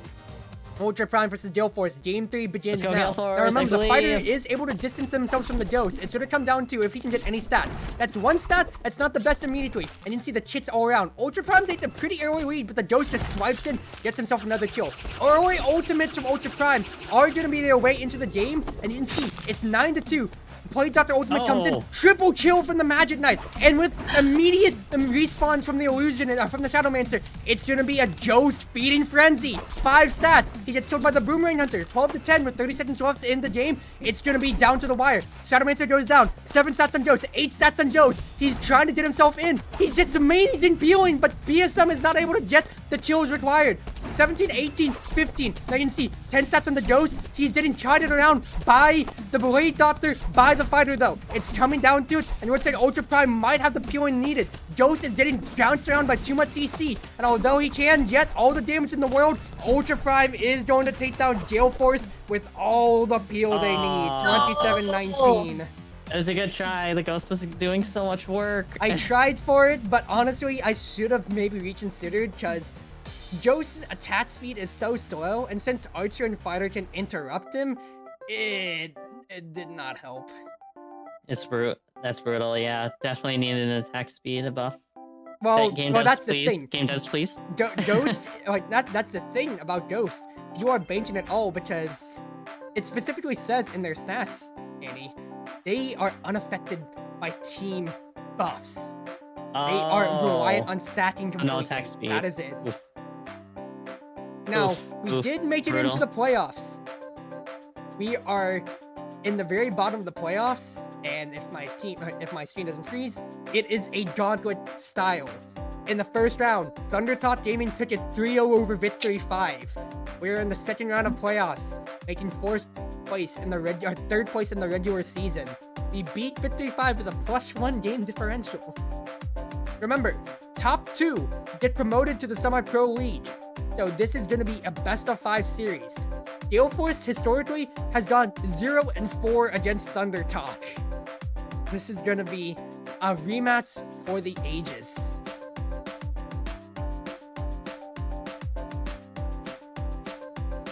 What do I want? I want PSM's attack go up. Yes, please. Trying to find the best spot to put that. Top left is fine. Okay, oh! Wait, set with chain. Last one. That was a big sneeze.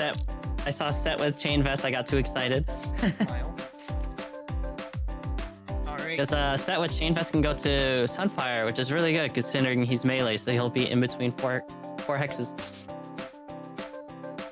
Wait, I just get tankier. Richard Ghost, Cook Fighter. Okay, on to the stadium, everybody. Welcome to round 2 of the Amateur League playoffs. Thundertot Also, defeated Victory okay, 5 to Rakan. reach GaleForce. It's going to come down to the wire, everybody. Let's see. When does it not? Let's see what GaleForce has Every in store. time. Kish, back on the main roster. He's been on a break for 3 weeks. His mental has been doing much better, so we'll have to see how he feels about going into the playoffs. Repping the first position on his team. Now you can see Plague Doctor is banned out for GaleForce, and Thundertot, respecting Kish, bans the Gunner immediately. They don't want to deal with him. Quite frankly, I wouldn't want to deal with him either. Now, Executioner is off the table, so that means no backline access. Ice Mage picked first and foremost for GaleForce, and Monk with Magic Knight for Thundertot. They want to be able to grind out this game. Pyromancer picked up for GaleForce. Second pick next. Archer for Thundertot. They want to be able to run a good disruption composition, and quite frankly, that is pretty good prospects for them. Now, what is going to be the next pickup for GaleForce? They're looking at Boomerang Hunter, interesting, and they're taking Fighter. Fighter once again, although his stats have not changed and he still very much so leads the standings and how good he has not been picked until the very last end. Now, pre-nerf Swordsman picked up for Thundertot. This is going to be an interesting game, and we're going to have to see how GaleForce wants to approach it.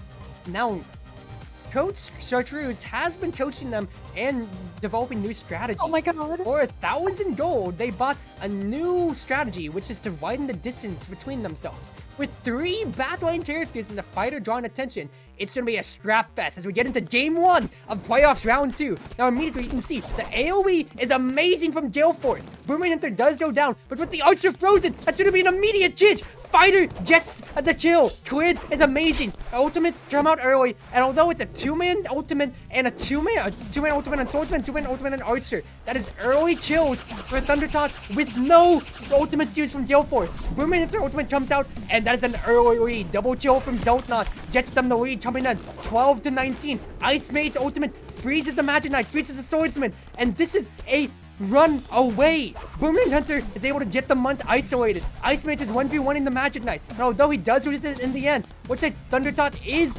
actually getting the lead back. Bad ability usage and maybe a little bit of choking from Kish on his first game back. However, again, Arteezy is caught out. Quid kicks him back into the team, and that gives them the 1-kill advantage. Coming down to the wire, 19-17, 3 seconds left. Looks like Quid is the difference maker.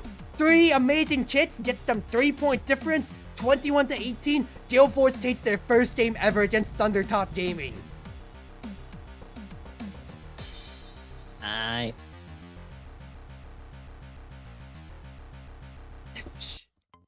Yeah, you showed So I have deep messed understanding up. of the game.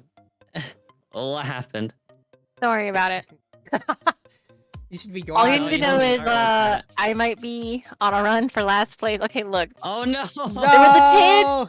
For me to have a really early 3 streamer scale, and I had 6 gold, so I did what any self-respecting streamer scale gambling main would do, which was roll it all. And I totally didn't realize that I only had 2 units.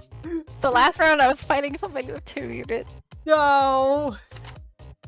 But it's okay. It's okay. I'm gonna come back. Maybe, probably not, but we'll see. Okay. Ice Maid's just Vampire hit, that's all banned you from gotta do. Thundertot. Fighter Cook banned from GaleForce and a first pitch Munch. Interestingly enough from Thundertot. What is GaleForce going to retaliate with? They picked up Archer and Magic Knight, so they want to play front to back. Unusual for them, but it's not too unprecedented. Now you can see Shadowmancer picked up for Thundertot, so that is immediately just going to be a on the rails composition. They want to just get in on GaleForce and just grind them out. And Gunner picked up, that's going to go over to Tish. We're going to see Boomerang Hunter for Thundertot, and finally wrapping it off with an Illusionist. Interesting composition all around. And what is GaleForce going to go with? Ninja. This is going to be a burst competition. Triple Mage versus double Marksman. It's going to be anybody's game, quite frankly, and we're going to have to see how exactly GaleForce plans. Make me money, Polly. You managed to kill the Ezreal. Holy shit. Now, game 2 begins with this. Remember, Ninja doesn't have his ability off the bat, so it's basically a guaranteed kill. Munch immediately does die off, and Gunner drawing as much attention as he can, but it's too much. Illusionist doing amazing work with drawing the aggro for all of his allies. Boomerang Hunter gets a 3-man ultimate, make that a quadra kill as the ultimates come out for Thundertot Gaming. You can see 11-3, GaleForce is crumbling at the seams. No ultimates used up at all, and they are not able to get anything out. Magic Knight and Archer get 3 kills apiece, and with immediate, that's a quadra kill coming out from Giz. The bench warmer is back on the seams, 14-14, and it is anybody's game with 20 seconds left into it. Now, the Shadowmancer is able to get all the kills, respawning back at base, right in GaleForce. What's it? The Tiding the potential is starting to suffer from GaleForce. The Illusionist is getting all the attention that he wants, and his illusions are drawing all the attention that Thundertot needs, with 8 kills, leading the game, 28-19, 29-19. Looks like GaleForce was outmatched, outnumbered, and outplayed. Thundertot ties up the series 1-1.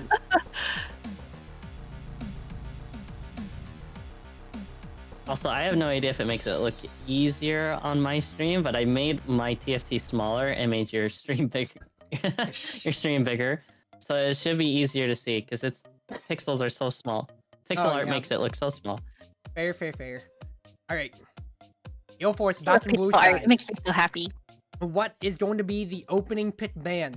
No Munch. Respecting the Munch from Thundertot, and they don't want it anywhere. Cut banned for GaleForce, and Plague Doctor and Archer will round it out. Now, what is GaleForce looking towards? Fighter first pick. They want to get that going out of here. Shield Baron, Boomerang Hunter are the next ones immediately coming in from Thundertot. Ice Mage picked up top tier pits from GaleForce, and nothing too special. Executioner next. Thundertot. That is looking to be a pretty strong backline, and they just want to be able to run it over. Illusionist, Pyromancer.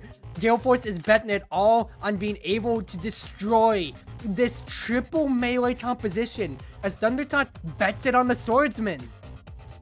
It's going to be very interesting to see on how they want to keep their composition together. Game 2. Prodigy's Mage? Game 2 starts up, and you can see GaleForce immediately gets it in. They try to get the composition going. The Illusionist does draw the attention, but it seems to be a death ball that is spiraling in GaleForce's favor. 4-2 to begin with, and the fighter hits up the Illusionist. All ultimates come out, but the Ice Mage looks to be it. PSM is on the Illusionist this time for the raw stats, and you can see it working numbers. 9-4 in GaleForce's favor. It looks like they are unable to touch the backline. You can see Clid, you can see PSM sitting at 10 and 5 health respectively, untouched by the backline.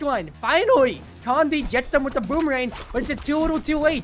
13-19 with 20 seconds left. It is a massacre. The front line finally getting together. The Death Ball getting together. The Pyromancer are trying to do their best. They do die in the end, but it might be too much of a stretch. 5 kills separating them. GaleForce seems to have draft-diffed Thundertot Gaming, and it's going to go to Game 4 with GaleForce heading up the series 2-1. 21-13 is the final score, and Thundertot's gonna have to have a look at the locker room if they want to surpass their opponents.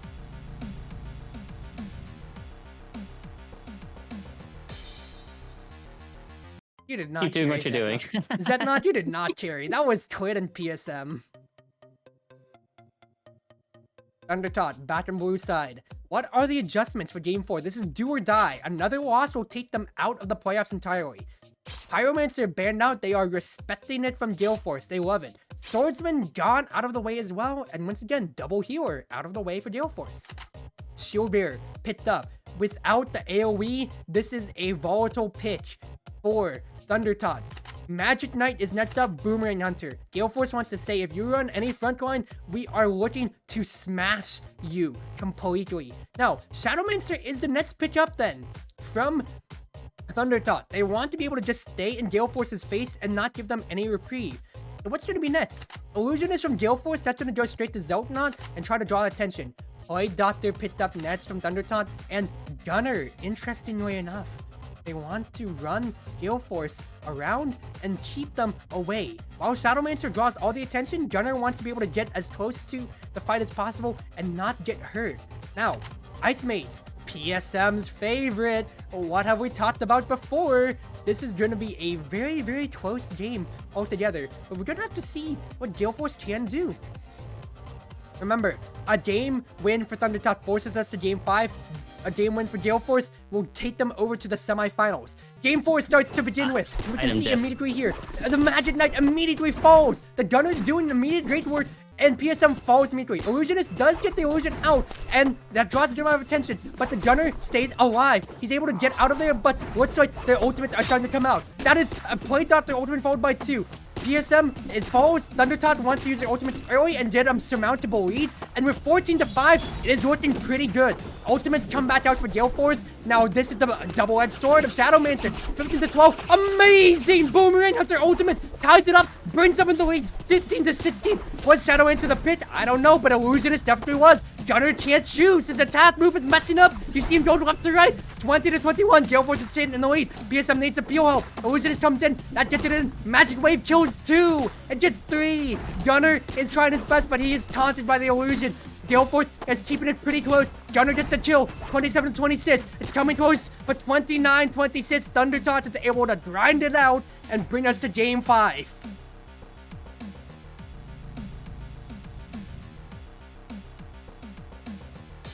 Oh my goodness. It was close, but this is anybody's game. This is anybody's game right now. Will Thundertot once again crush GaleForce's hopes and dreams? Or will GaleForce be able to bring in the final game victory? The Illusionist stays up, possibly. The Fighter is banned. Shadowmancer is gone. Monk is banned. What is the final ban for the game? Vampire, interestingly enough. GaleForce wants to grab the Shield Bearer. They want to take the power pitch. Coach for Thundertot Gaming, followed by Magic Knight. Alright, that's a pretty solid front line. Ice Mage for PSM, you know he's going to get it all the time.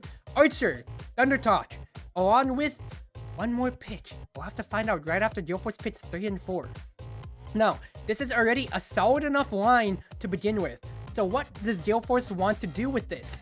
Executioner picked up, Gunner picked up. They need to just draw what attention they can. Boomerang Hunter is the last pick, and it's going right back on the Condi. The classic Condi back on Boomerang Hunter.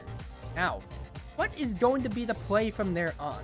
GaleForce needs to be able to draw their attention and play it well. Otherwise, this could spiral out of control and be their demise.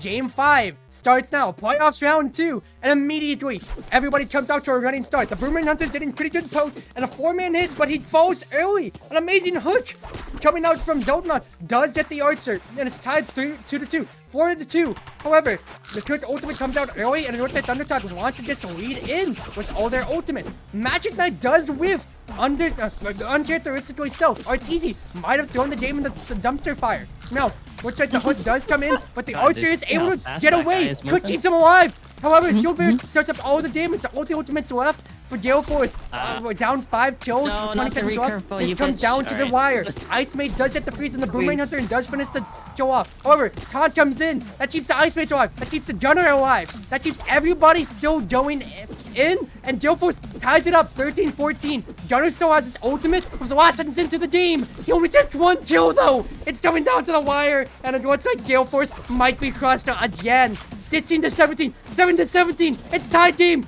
And it's 17-18. Thundertot kills GaleForce's dreams 3 times over. They are out of the playoffs, and I am crushed. Oh no. It was a good attempt. Very valiant.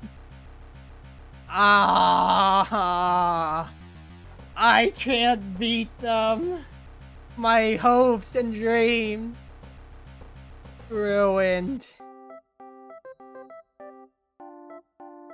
We'll get him next time. PSM, stream your heart away. We're out of the tournament. Make that money. At least we can make money. That is so disappointing. I lost to Thundertot 3 times. I couldn't beat them. Thundertot takes Rare Adams out 3-2. Yeah, they deserve to get promoted. Congratulations, Thundertot. I have nothing but respect for booing me. You took me out of semi-final contention. You started my downward spiral at the beginning of the season. Congratulations. If you win the entire season, I have nothing but respect. They won the season. 3-2 against WE. I cannot believe it. Amazing. Wah, wah. I am actually sad. This is very sad. Alright. I'll attend the awards ceremony at least. We get to attend the awards ceremony. We get to watch the World Championships. And then that's when my stream will I'm end. so sorry. My team comp kind of sucks. It took me until round like 3-1 to figure out what I was going. Oh no. Yeah, it'd be like that. See, my only Congratulations, ingredient I'm Thundertot. missing is Zaya, because I have Tantrum and Press C attack. Oh I my can't- god. Scorch and Press C attack. Literally Zaya augments. I got it. I hit. I just hit. Yikes. It's over. I cry. I literally choked on my tongue as I said, I just need Zaya. Oh my god. I cry.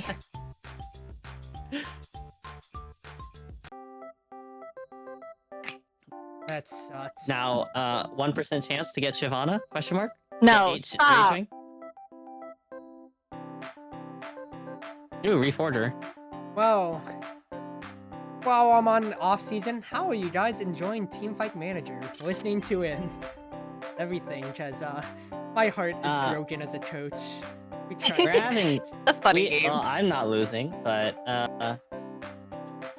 also, Commander Ice, thank you for raiding and stopping by. Whoop, whoop. All right, How was thy stream? I've never met you before. I hope you're doing fine.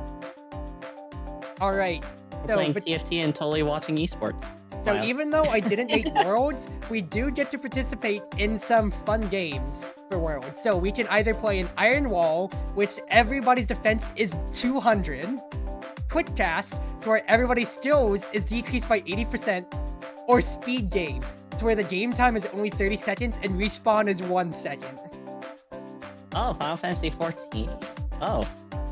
Our newest raider was playing Final Fantasy 14. Actually, the Final person Fantasy I'm playing 14? with, yeah, Hello. Zoe, the pink slime on top of me, is a Final Fantasy 14 player. Yeah. So you can't just say you were playing a Final Fantasy 14. You gotta say like what you were doing, because you know there's too many things. So I was many things. RPing in the public streets of Luma. No, I'm kidding. I was RP. Changes everything. I might win. Well, maybe not win, but I have a chance to not lose, and that changes everything. Whoa, no, this changes everything. I got Dragon Imperialist. If They I gave can me hit Shyvana! If I hit Shyvana, she'll execute. This is beautiful. But they gave me the Shyvana. You need to My- sit my down there, Shyvana. buckaroo. My Shyvana. All right. Econ. I'm selling Momsy for money. Oh no. Wait, did I just see that right? Okay, I was running a main story quest with a homie. We're chipping away at some of the patch content of Heaven's Sword. Ah. Okay. Whee. All right. So I've decided to participate in the event matches for Worlds, to where it's ARAM. All cooldowns are decreased by 80%. Oh look, Team Liquid.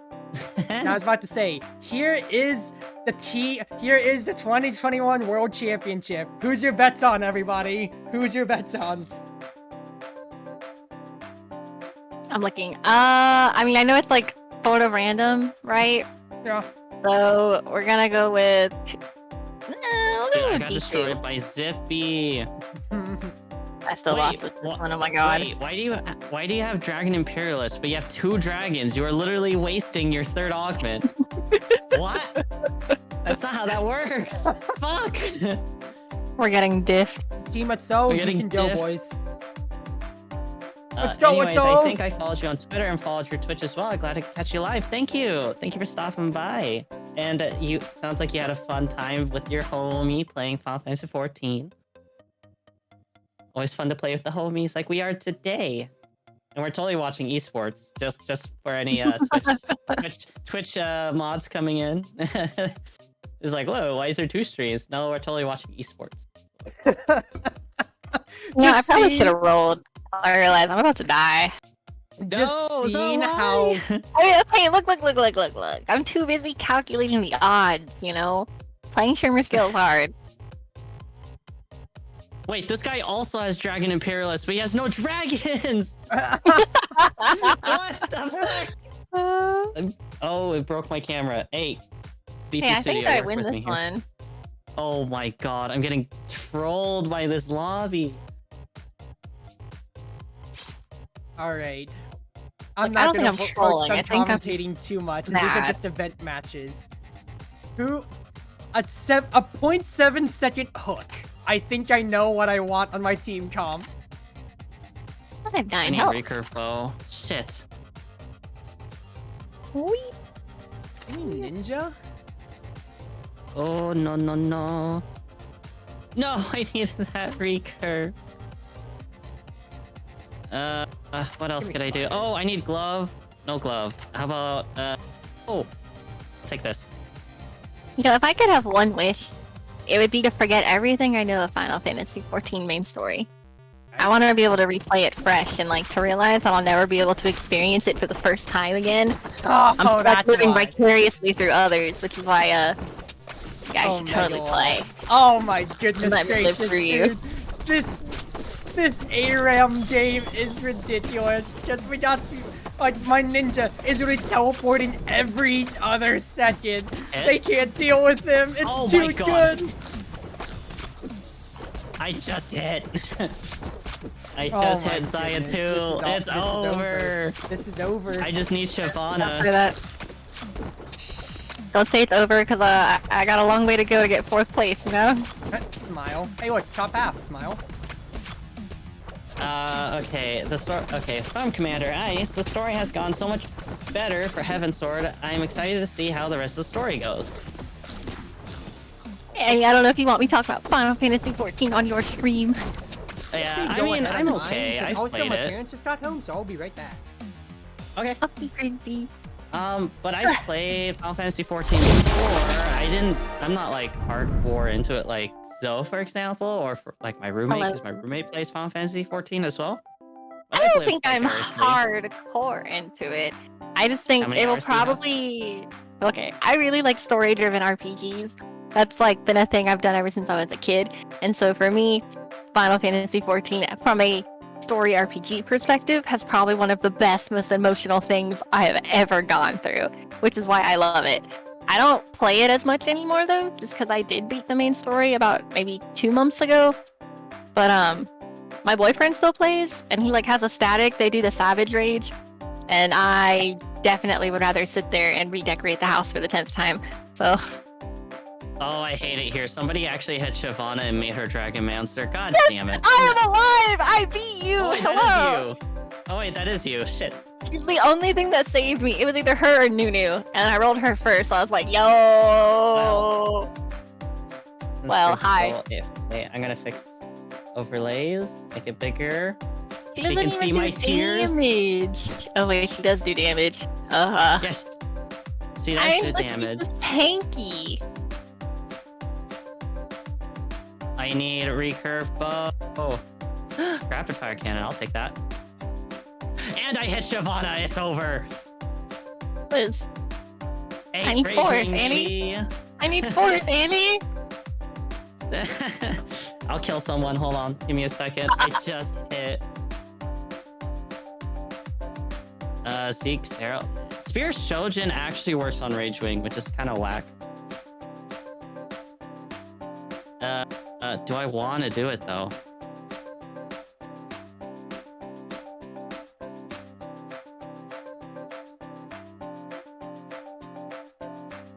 And you'll sit Yeah, right this there is in fine. the pretty Shyvana. Within one hex? Oh, okay, so probably. Oh god, okay, this is gonna be real play. I haven't played TFT in a hot minute. Game looks mad different. Oh yeah, the 7.5 patch is spicy with the traits. It's not as good as set 2 for obvious reasons, but that's beside the point. I don't even remember what was in all the sets. Like for me, as long as they have a class that lets you gamble, I'm usually pretty happy. Oh was my set god, 2? Dragon Imperialist! Holy shit! Shyvana just killed like 3 people for free! Oh, my Shyvana did! Oh no. Oh no! Oh no. I come back and I hear pain. I'm winning? Yeah, I'm Sure. winning. Alright, let me That check was what a- happened with the World Championship so far. Misfits beat Mad Lions, Gambit beat G2, rest in peace your pitch. SK Road, TSM beat FlyQuest, TSM! TSM. Wait, who's the other Swift shot? Oh, it's Varus. Varus would be. Oh! Fuck this. Varus is so much better, he stuns. I go, Oh, good lord. Cannoneers! Survive, my backline, survive! Oh I don't know no. where Shyvana's Okay. spitting fire, but I lose. Fuck. Oh! No, no, you don't. Oh my Oh, gosh, holy you're not shit, doing did you work. No, Kill her, no, kill her. no! just hearing this? Oh! What Let's the fucking heck is go. going on? Oh, it's fucking good. Did you see that? Saya did 1600 true damage. That was She beautiful. healed though. How much did she heal for? She should have died. I could see. She healed for 800. For a moment. You know what? Hold on. No. There we go. Now we're built different. We have Bloodthirster on Zaya. It's over. Thank you for lurking, Commander Eyes. I hope you enjoyed the rest of the stream. Yep. Don't worry, you can take it easy, you two, because I'm just watching these event matches as it isn't anything too special. I don't have to commentate because it's ARAM. I'm not. It's Earth. I'm not gonna be able to commentate Earth. With how fast these dudes are going. Yo! Oh my god! Zaya is actually bopping. Dude, I'm telling you, it's the Scourge with press the attack, dude. She's absolutely cracked. She does so much damage. I just need a Shyvana! Ooh. Get me the fuck out of here, please. I need that Shyvana.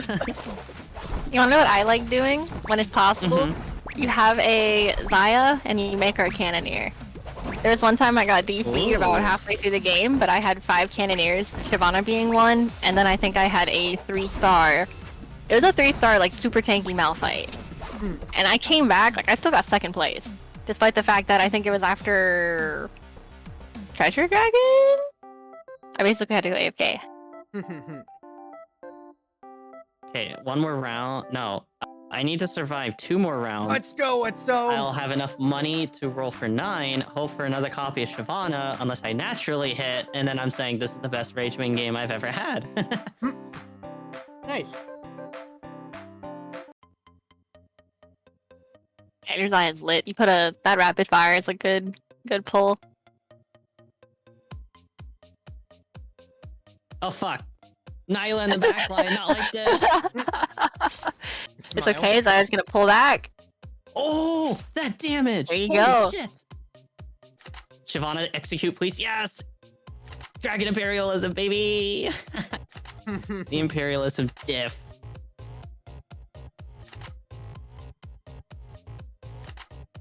Okay, yeah, 2 more rounds. I can see if I can naturally hit.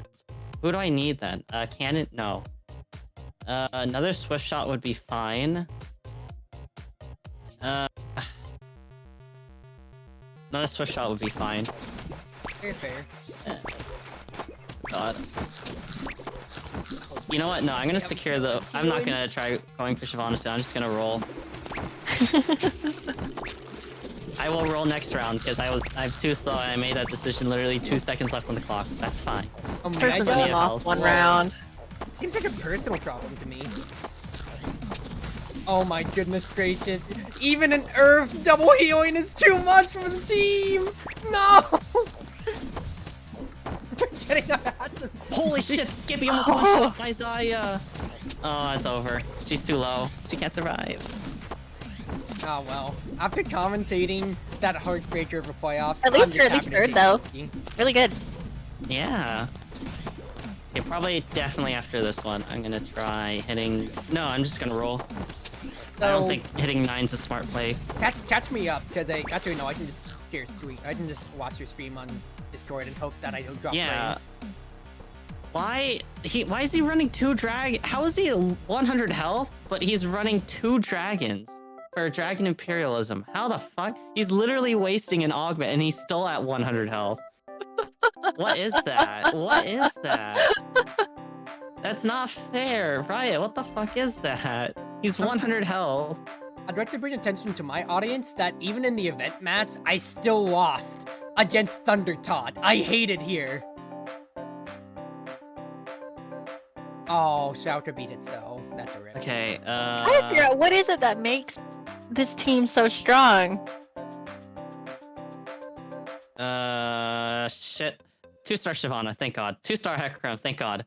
That's right, they're wasting Dragon Imperialist. And at first glance, it looks like they just have Guild with the Mirage Dragon. Is it just the Mirage Dragon? No, it's Gil. It's Gil. That's it. It's probably because of the gear upgrades, because they gain 250% of the upgrade. Hmm. That would make sense. But They just threw in the dragon just for damage. Just for more guild. Yeah, 4 more guild bonuses, basically.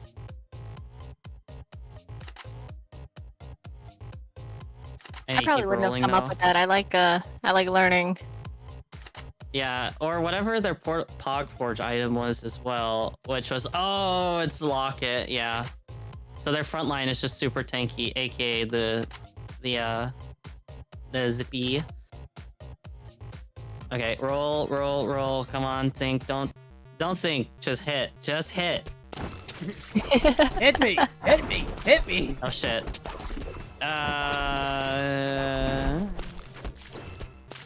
There is. Oh, I was not fast enough. God damn it.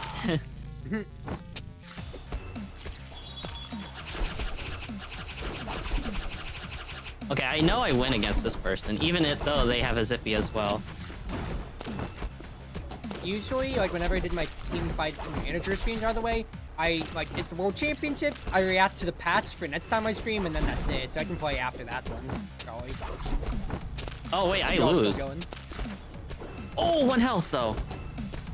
Hey, 2nd place. All right, I can surrender. Yeah, it's okay. I'll just lose with 1 health. God darn it, you said that, and I hit exit. I've been baited. Nah, it's okay. I'll surrender. I know I'm gonna lose. Nice, you too.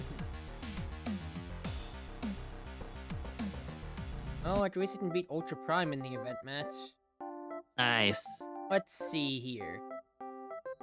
Unicorns of Love versus SK Gaming for the World Championships. Really? Man, I used to love, like, the original Unicorns of Love. And then they completely changed up their team, and I was like, I feel that because like when I first started watching League, that was this is a funny story that I always want to bring up. It was season 3 of the LCS. Of course, I fell in love with the classic Cloud9 roster. So I thought it's like Balls, Meteos, High, Sneaky, Domination. But my first game that I ever watched was Team Dignitas versus Coast Gaming.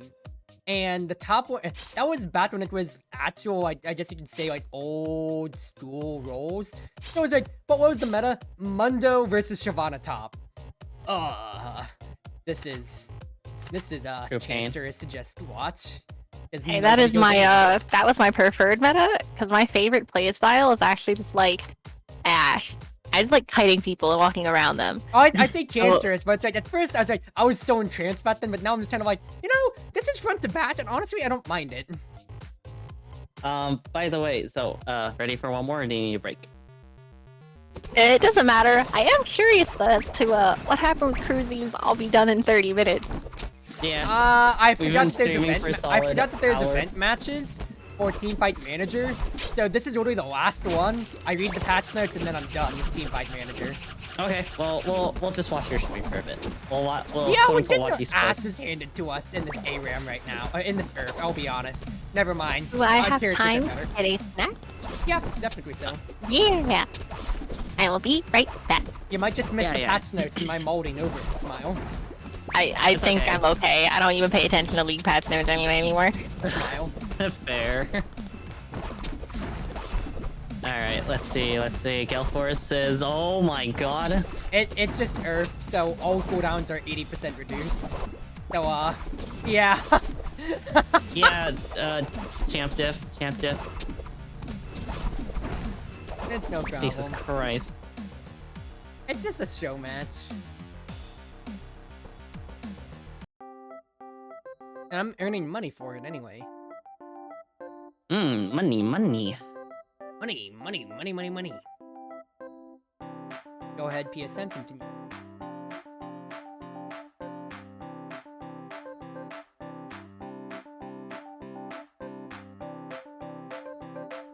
Do I want to attend the world ceremony? Well, who won? Unicorns of Love 3-1. Hey, I don't want to attend Worlds. Just because it's just the same thing as the regular ceremony.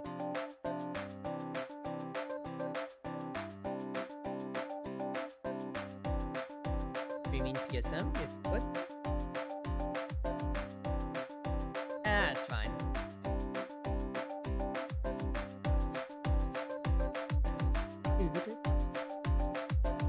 Alright, well, that's the end of my 2021 season. Unfortunately, I did not move out of the league. Alright. But that is fine. Alright, we have a new patch. Let's take a look at this, Annie. Werewolf and Taoist. 2 characters I did not have in base game back then, so we'll have to see how it goes. Who got buffed? Ninja, 35 attack. Why? Gambler's health almost Gambler doubled. is Hello? almost back to where it used to be, so that's pretty alright for him. Ghost got a health buff. I feel like that's gonna make him less coin flippy and he can actually almost be solid. Magic Knight, health buff by 40? What are they thinking, dude? He's already good. Monk got a cooldown? Oh no, healers. No, I hate the healer meta. Maybe it's just that I don't have anybody in my team who plays healers. We got nerfed. Swordsman. The first of many swordsman nerfs to come. Attack speed down. He wasn't even performing that good, I'll be honest with you. Illusionist got a cooldown nerf. That's honestly fair. Ice Mage and Pyromancer attack and cooldown. Honestly, that's fair. Pyromancer, it's looking pretty dead, considering that's an 8-second cooldown now. Alright, who am I renewing the contracts of? I feel like I keep PSM, honestly. He's only age 19. Zetnot, you've been doing pretty alright, but I need to work on your champ pool, dude. He needs the variety. Get the variety going.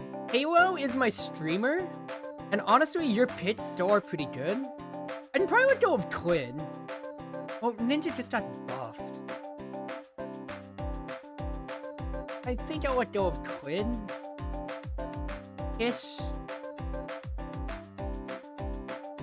Do I even keep Kish? Either Muzzy or Kish that I keep.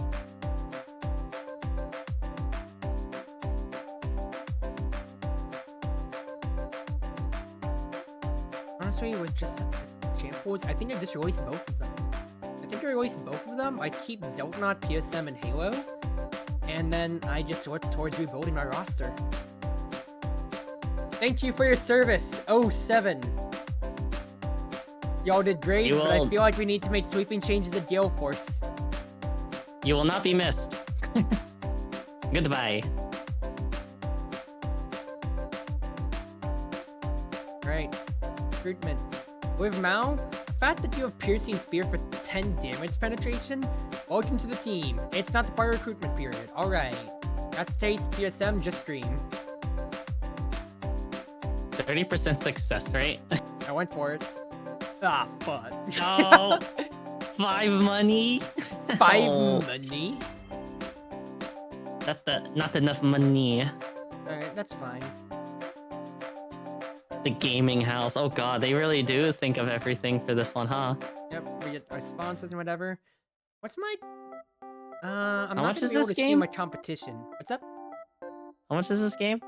Let me check the Steam I'm store. curious. It's pretty cheap. And honestly, if you want to play it, I'd love to commentate your playthrough. It is... I am. Oh, it's 10 bucks. It's 10 bucks. Hey Zoe, you missed me reading the patch notes. I let go of half my roster because I need to rebuild, and that is me ending the game. Wait, hold on. It's 10 bucks. But what's this donation where? What is this? What they did is that when the game came out, they said, we just want the game to be 10 bucks only. Because this is like made by like a 2-man dev team. Oh. But if you want to I donate see, more, I see. this will go towards future updates. I will say they I did see. say that they finished updating the game. The last thing that they did with it, if I go to the title screen, I did say, is, if I go back, the last update that they did is, online multiplayer, actually. So, Okay. you can, like, make your own team, you draft players, and then you can participate in, like, a small league of your own with other people, too, etc., stuff like that. Of course, you can set things so, like, the teams that are featured in each league and everything like that, as you can see here. And it's really... How do you get the team icons? Like, do they already exist, or do you have to import them all? I imported them, because otherwise it's just generic things, like, the Wildcats, or, like, the crazy crocodiles and whatever. They used to have parody team names, like how, like, and parody team names and logos, like, if you watch my old playthrough, I used Cloud9, because I'm a Cloud9 fan, and it was Cloud, like, the regular generic name was Cloud8. It was that. I know that they had like Team Duo Mid. They had. I think my favorite was Damwon Gaming, which is a Korean team. Famously, if you flip it, it spells out Now Mad. So that was the joke name that they had. They had like instead of like Fun Plus Phoenix, the famous organization, it was Fun Plus Chicken, I think. But they got rid of it when they started doing updates because, you know, like, because it's only a 2-man team, I believe. Oh, let me check the credits. They were like, hey, since we're actually getting shown on Esports, we don't want to be sued for anything, so we have to get rid of it, unfortunately. Right. If I click like my world game, you can see Sky 5, Sky 9s. Sky 9. Now. Oh my god. This is beautiful. Oh, that'll be it for Teamfight Manager, and that'll be it for my stream. Alrighty. For Crazy's end of the stream. Thank you all for coming on by to my first season of Teamfight Manager. We unfortunately didn't even make it out of the Amateur League. And that's what I get for playing on hard mode this time. I got my heart broken. I'm a failure of a coach! Oh my gosh. You gotta pick yourself up. Slap those cheeks. The ones on your face, don't be gross. Are you sure about that one? In this case, yes. We're professional on stream. That's why I would specify, because sometimes a good old lower cheek smacking is appropriate. Look, we're on my stream. We can be unhinged as much as we'd like. No, I'm kidding. Not too Wait, unhinged. really? No, I'm kidding. No, yes. We No, can't I just show our am ass on nice stream. slime. I was about to say- What? Whoa! Well, okay, wait, actually, hold on. If a slime were to turn around, would that be lewd? Because we slimes only have butts. Or is it Good just more slime? question. I feel You like bring you up could a probably good enter point. that in like a hentai doujin or something. I feel like it's just slime I mean, all around. I feel like you're the one making it weird because you saying that if turning around makes it a weird body type, that's taking the definition of a human or like a human standard body type versus a slime body type. No, I mean, this is not Zoe trying to make it weird. This is Zoe actually trying to think. Like, I mean, a slime just turning around. A slime technically doesn't have a butt, right? Oh?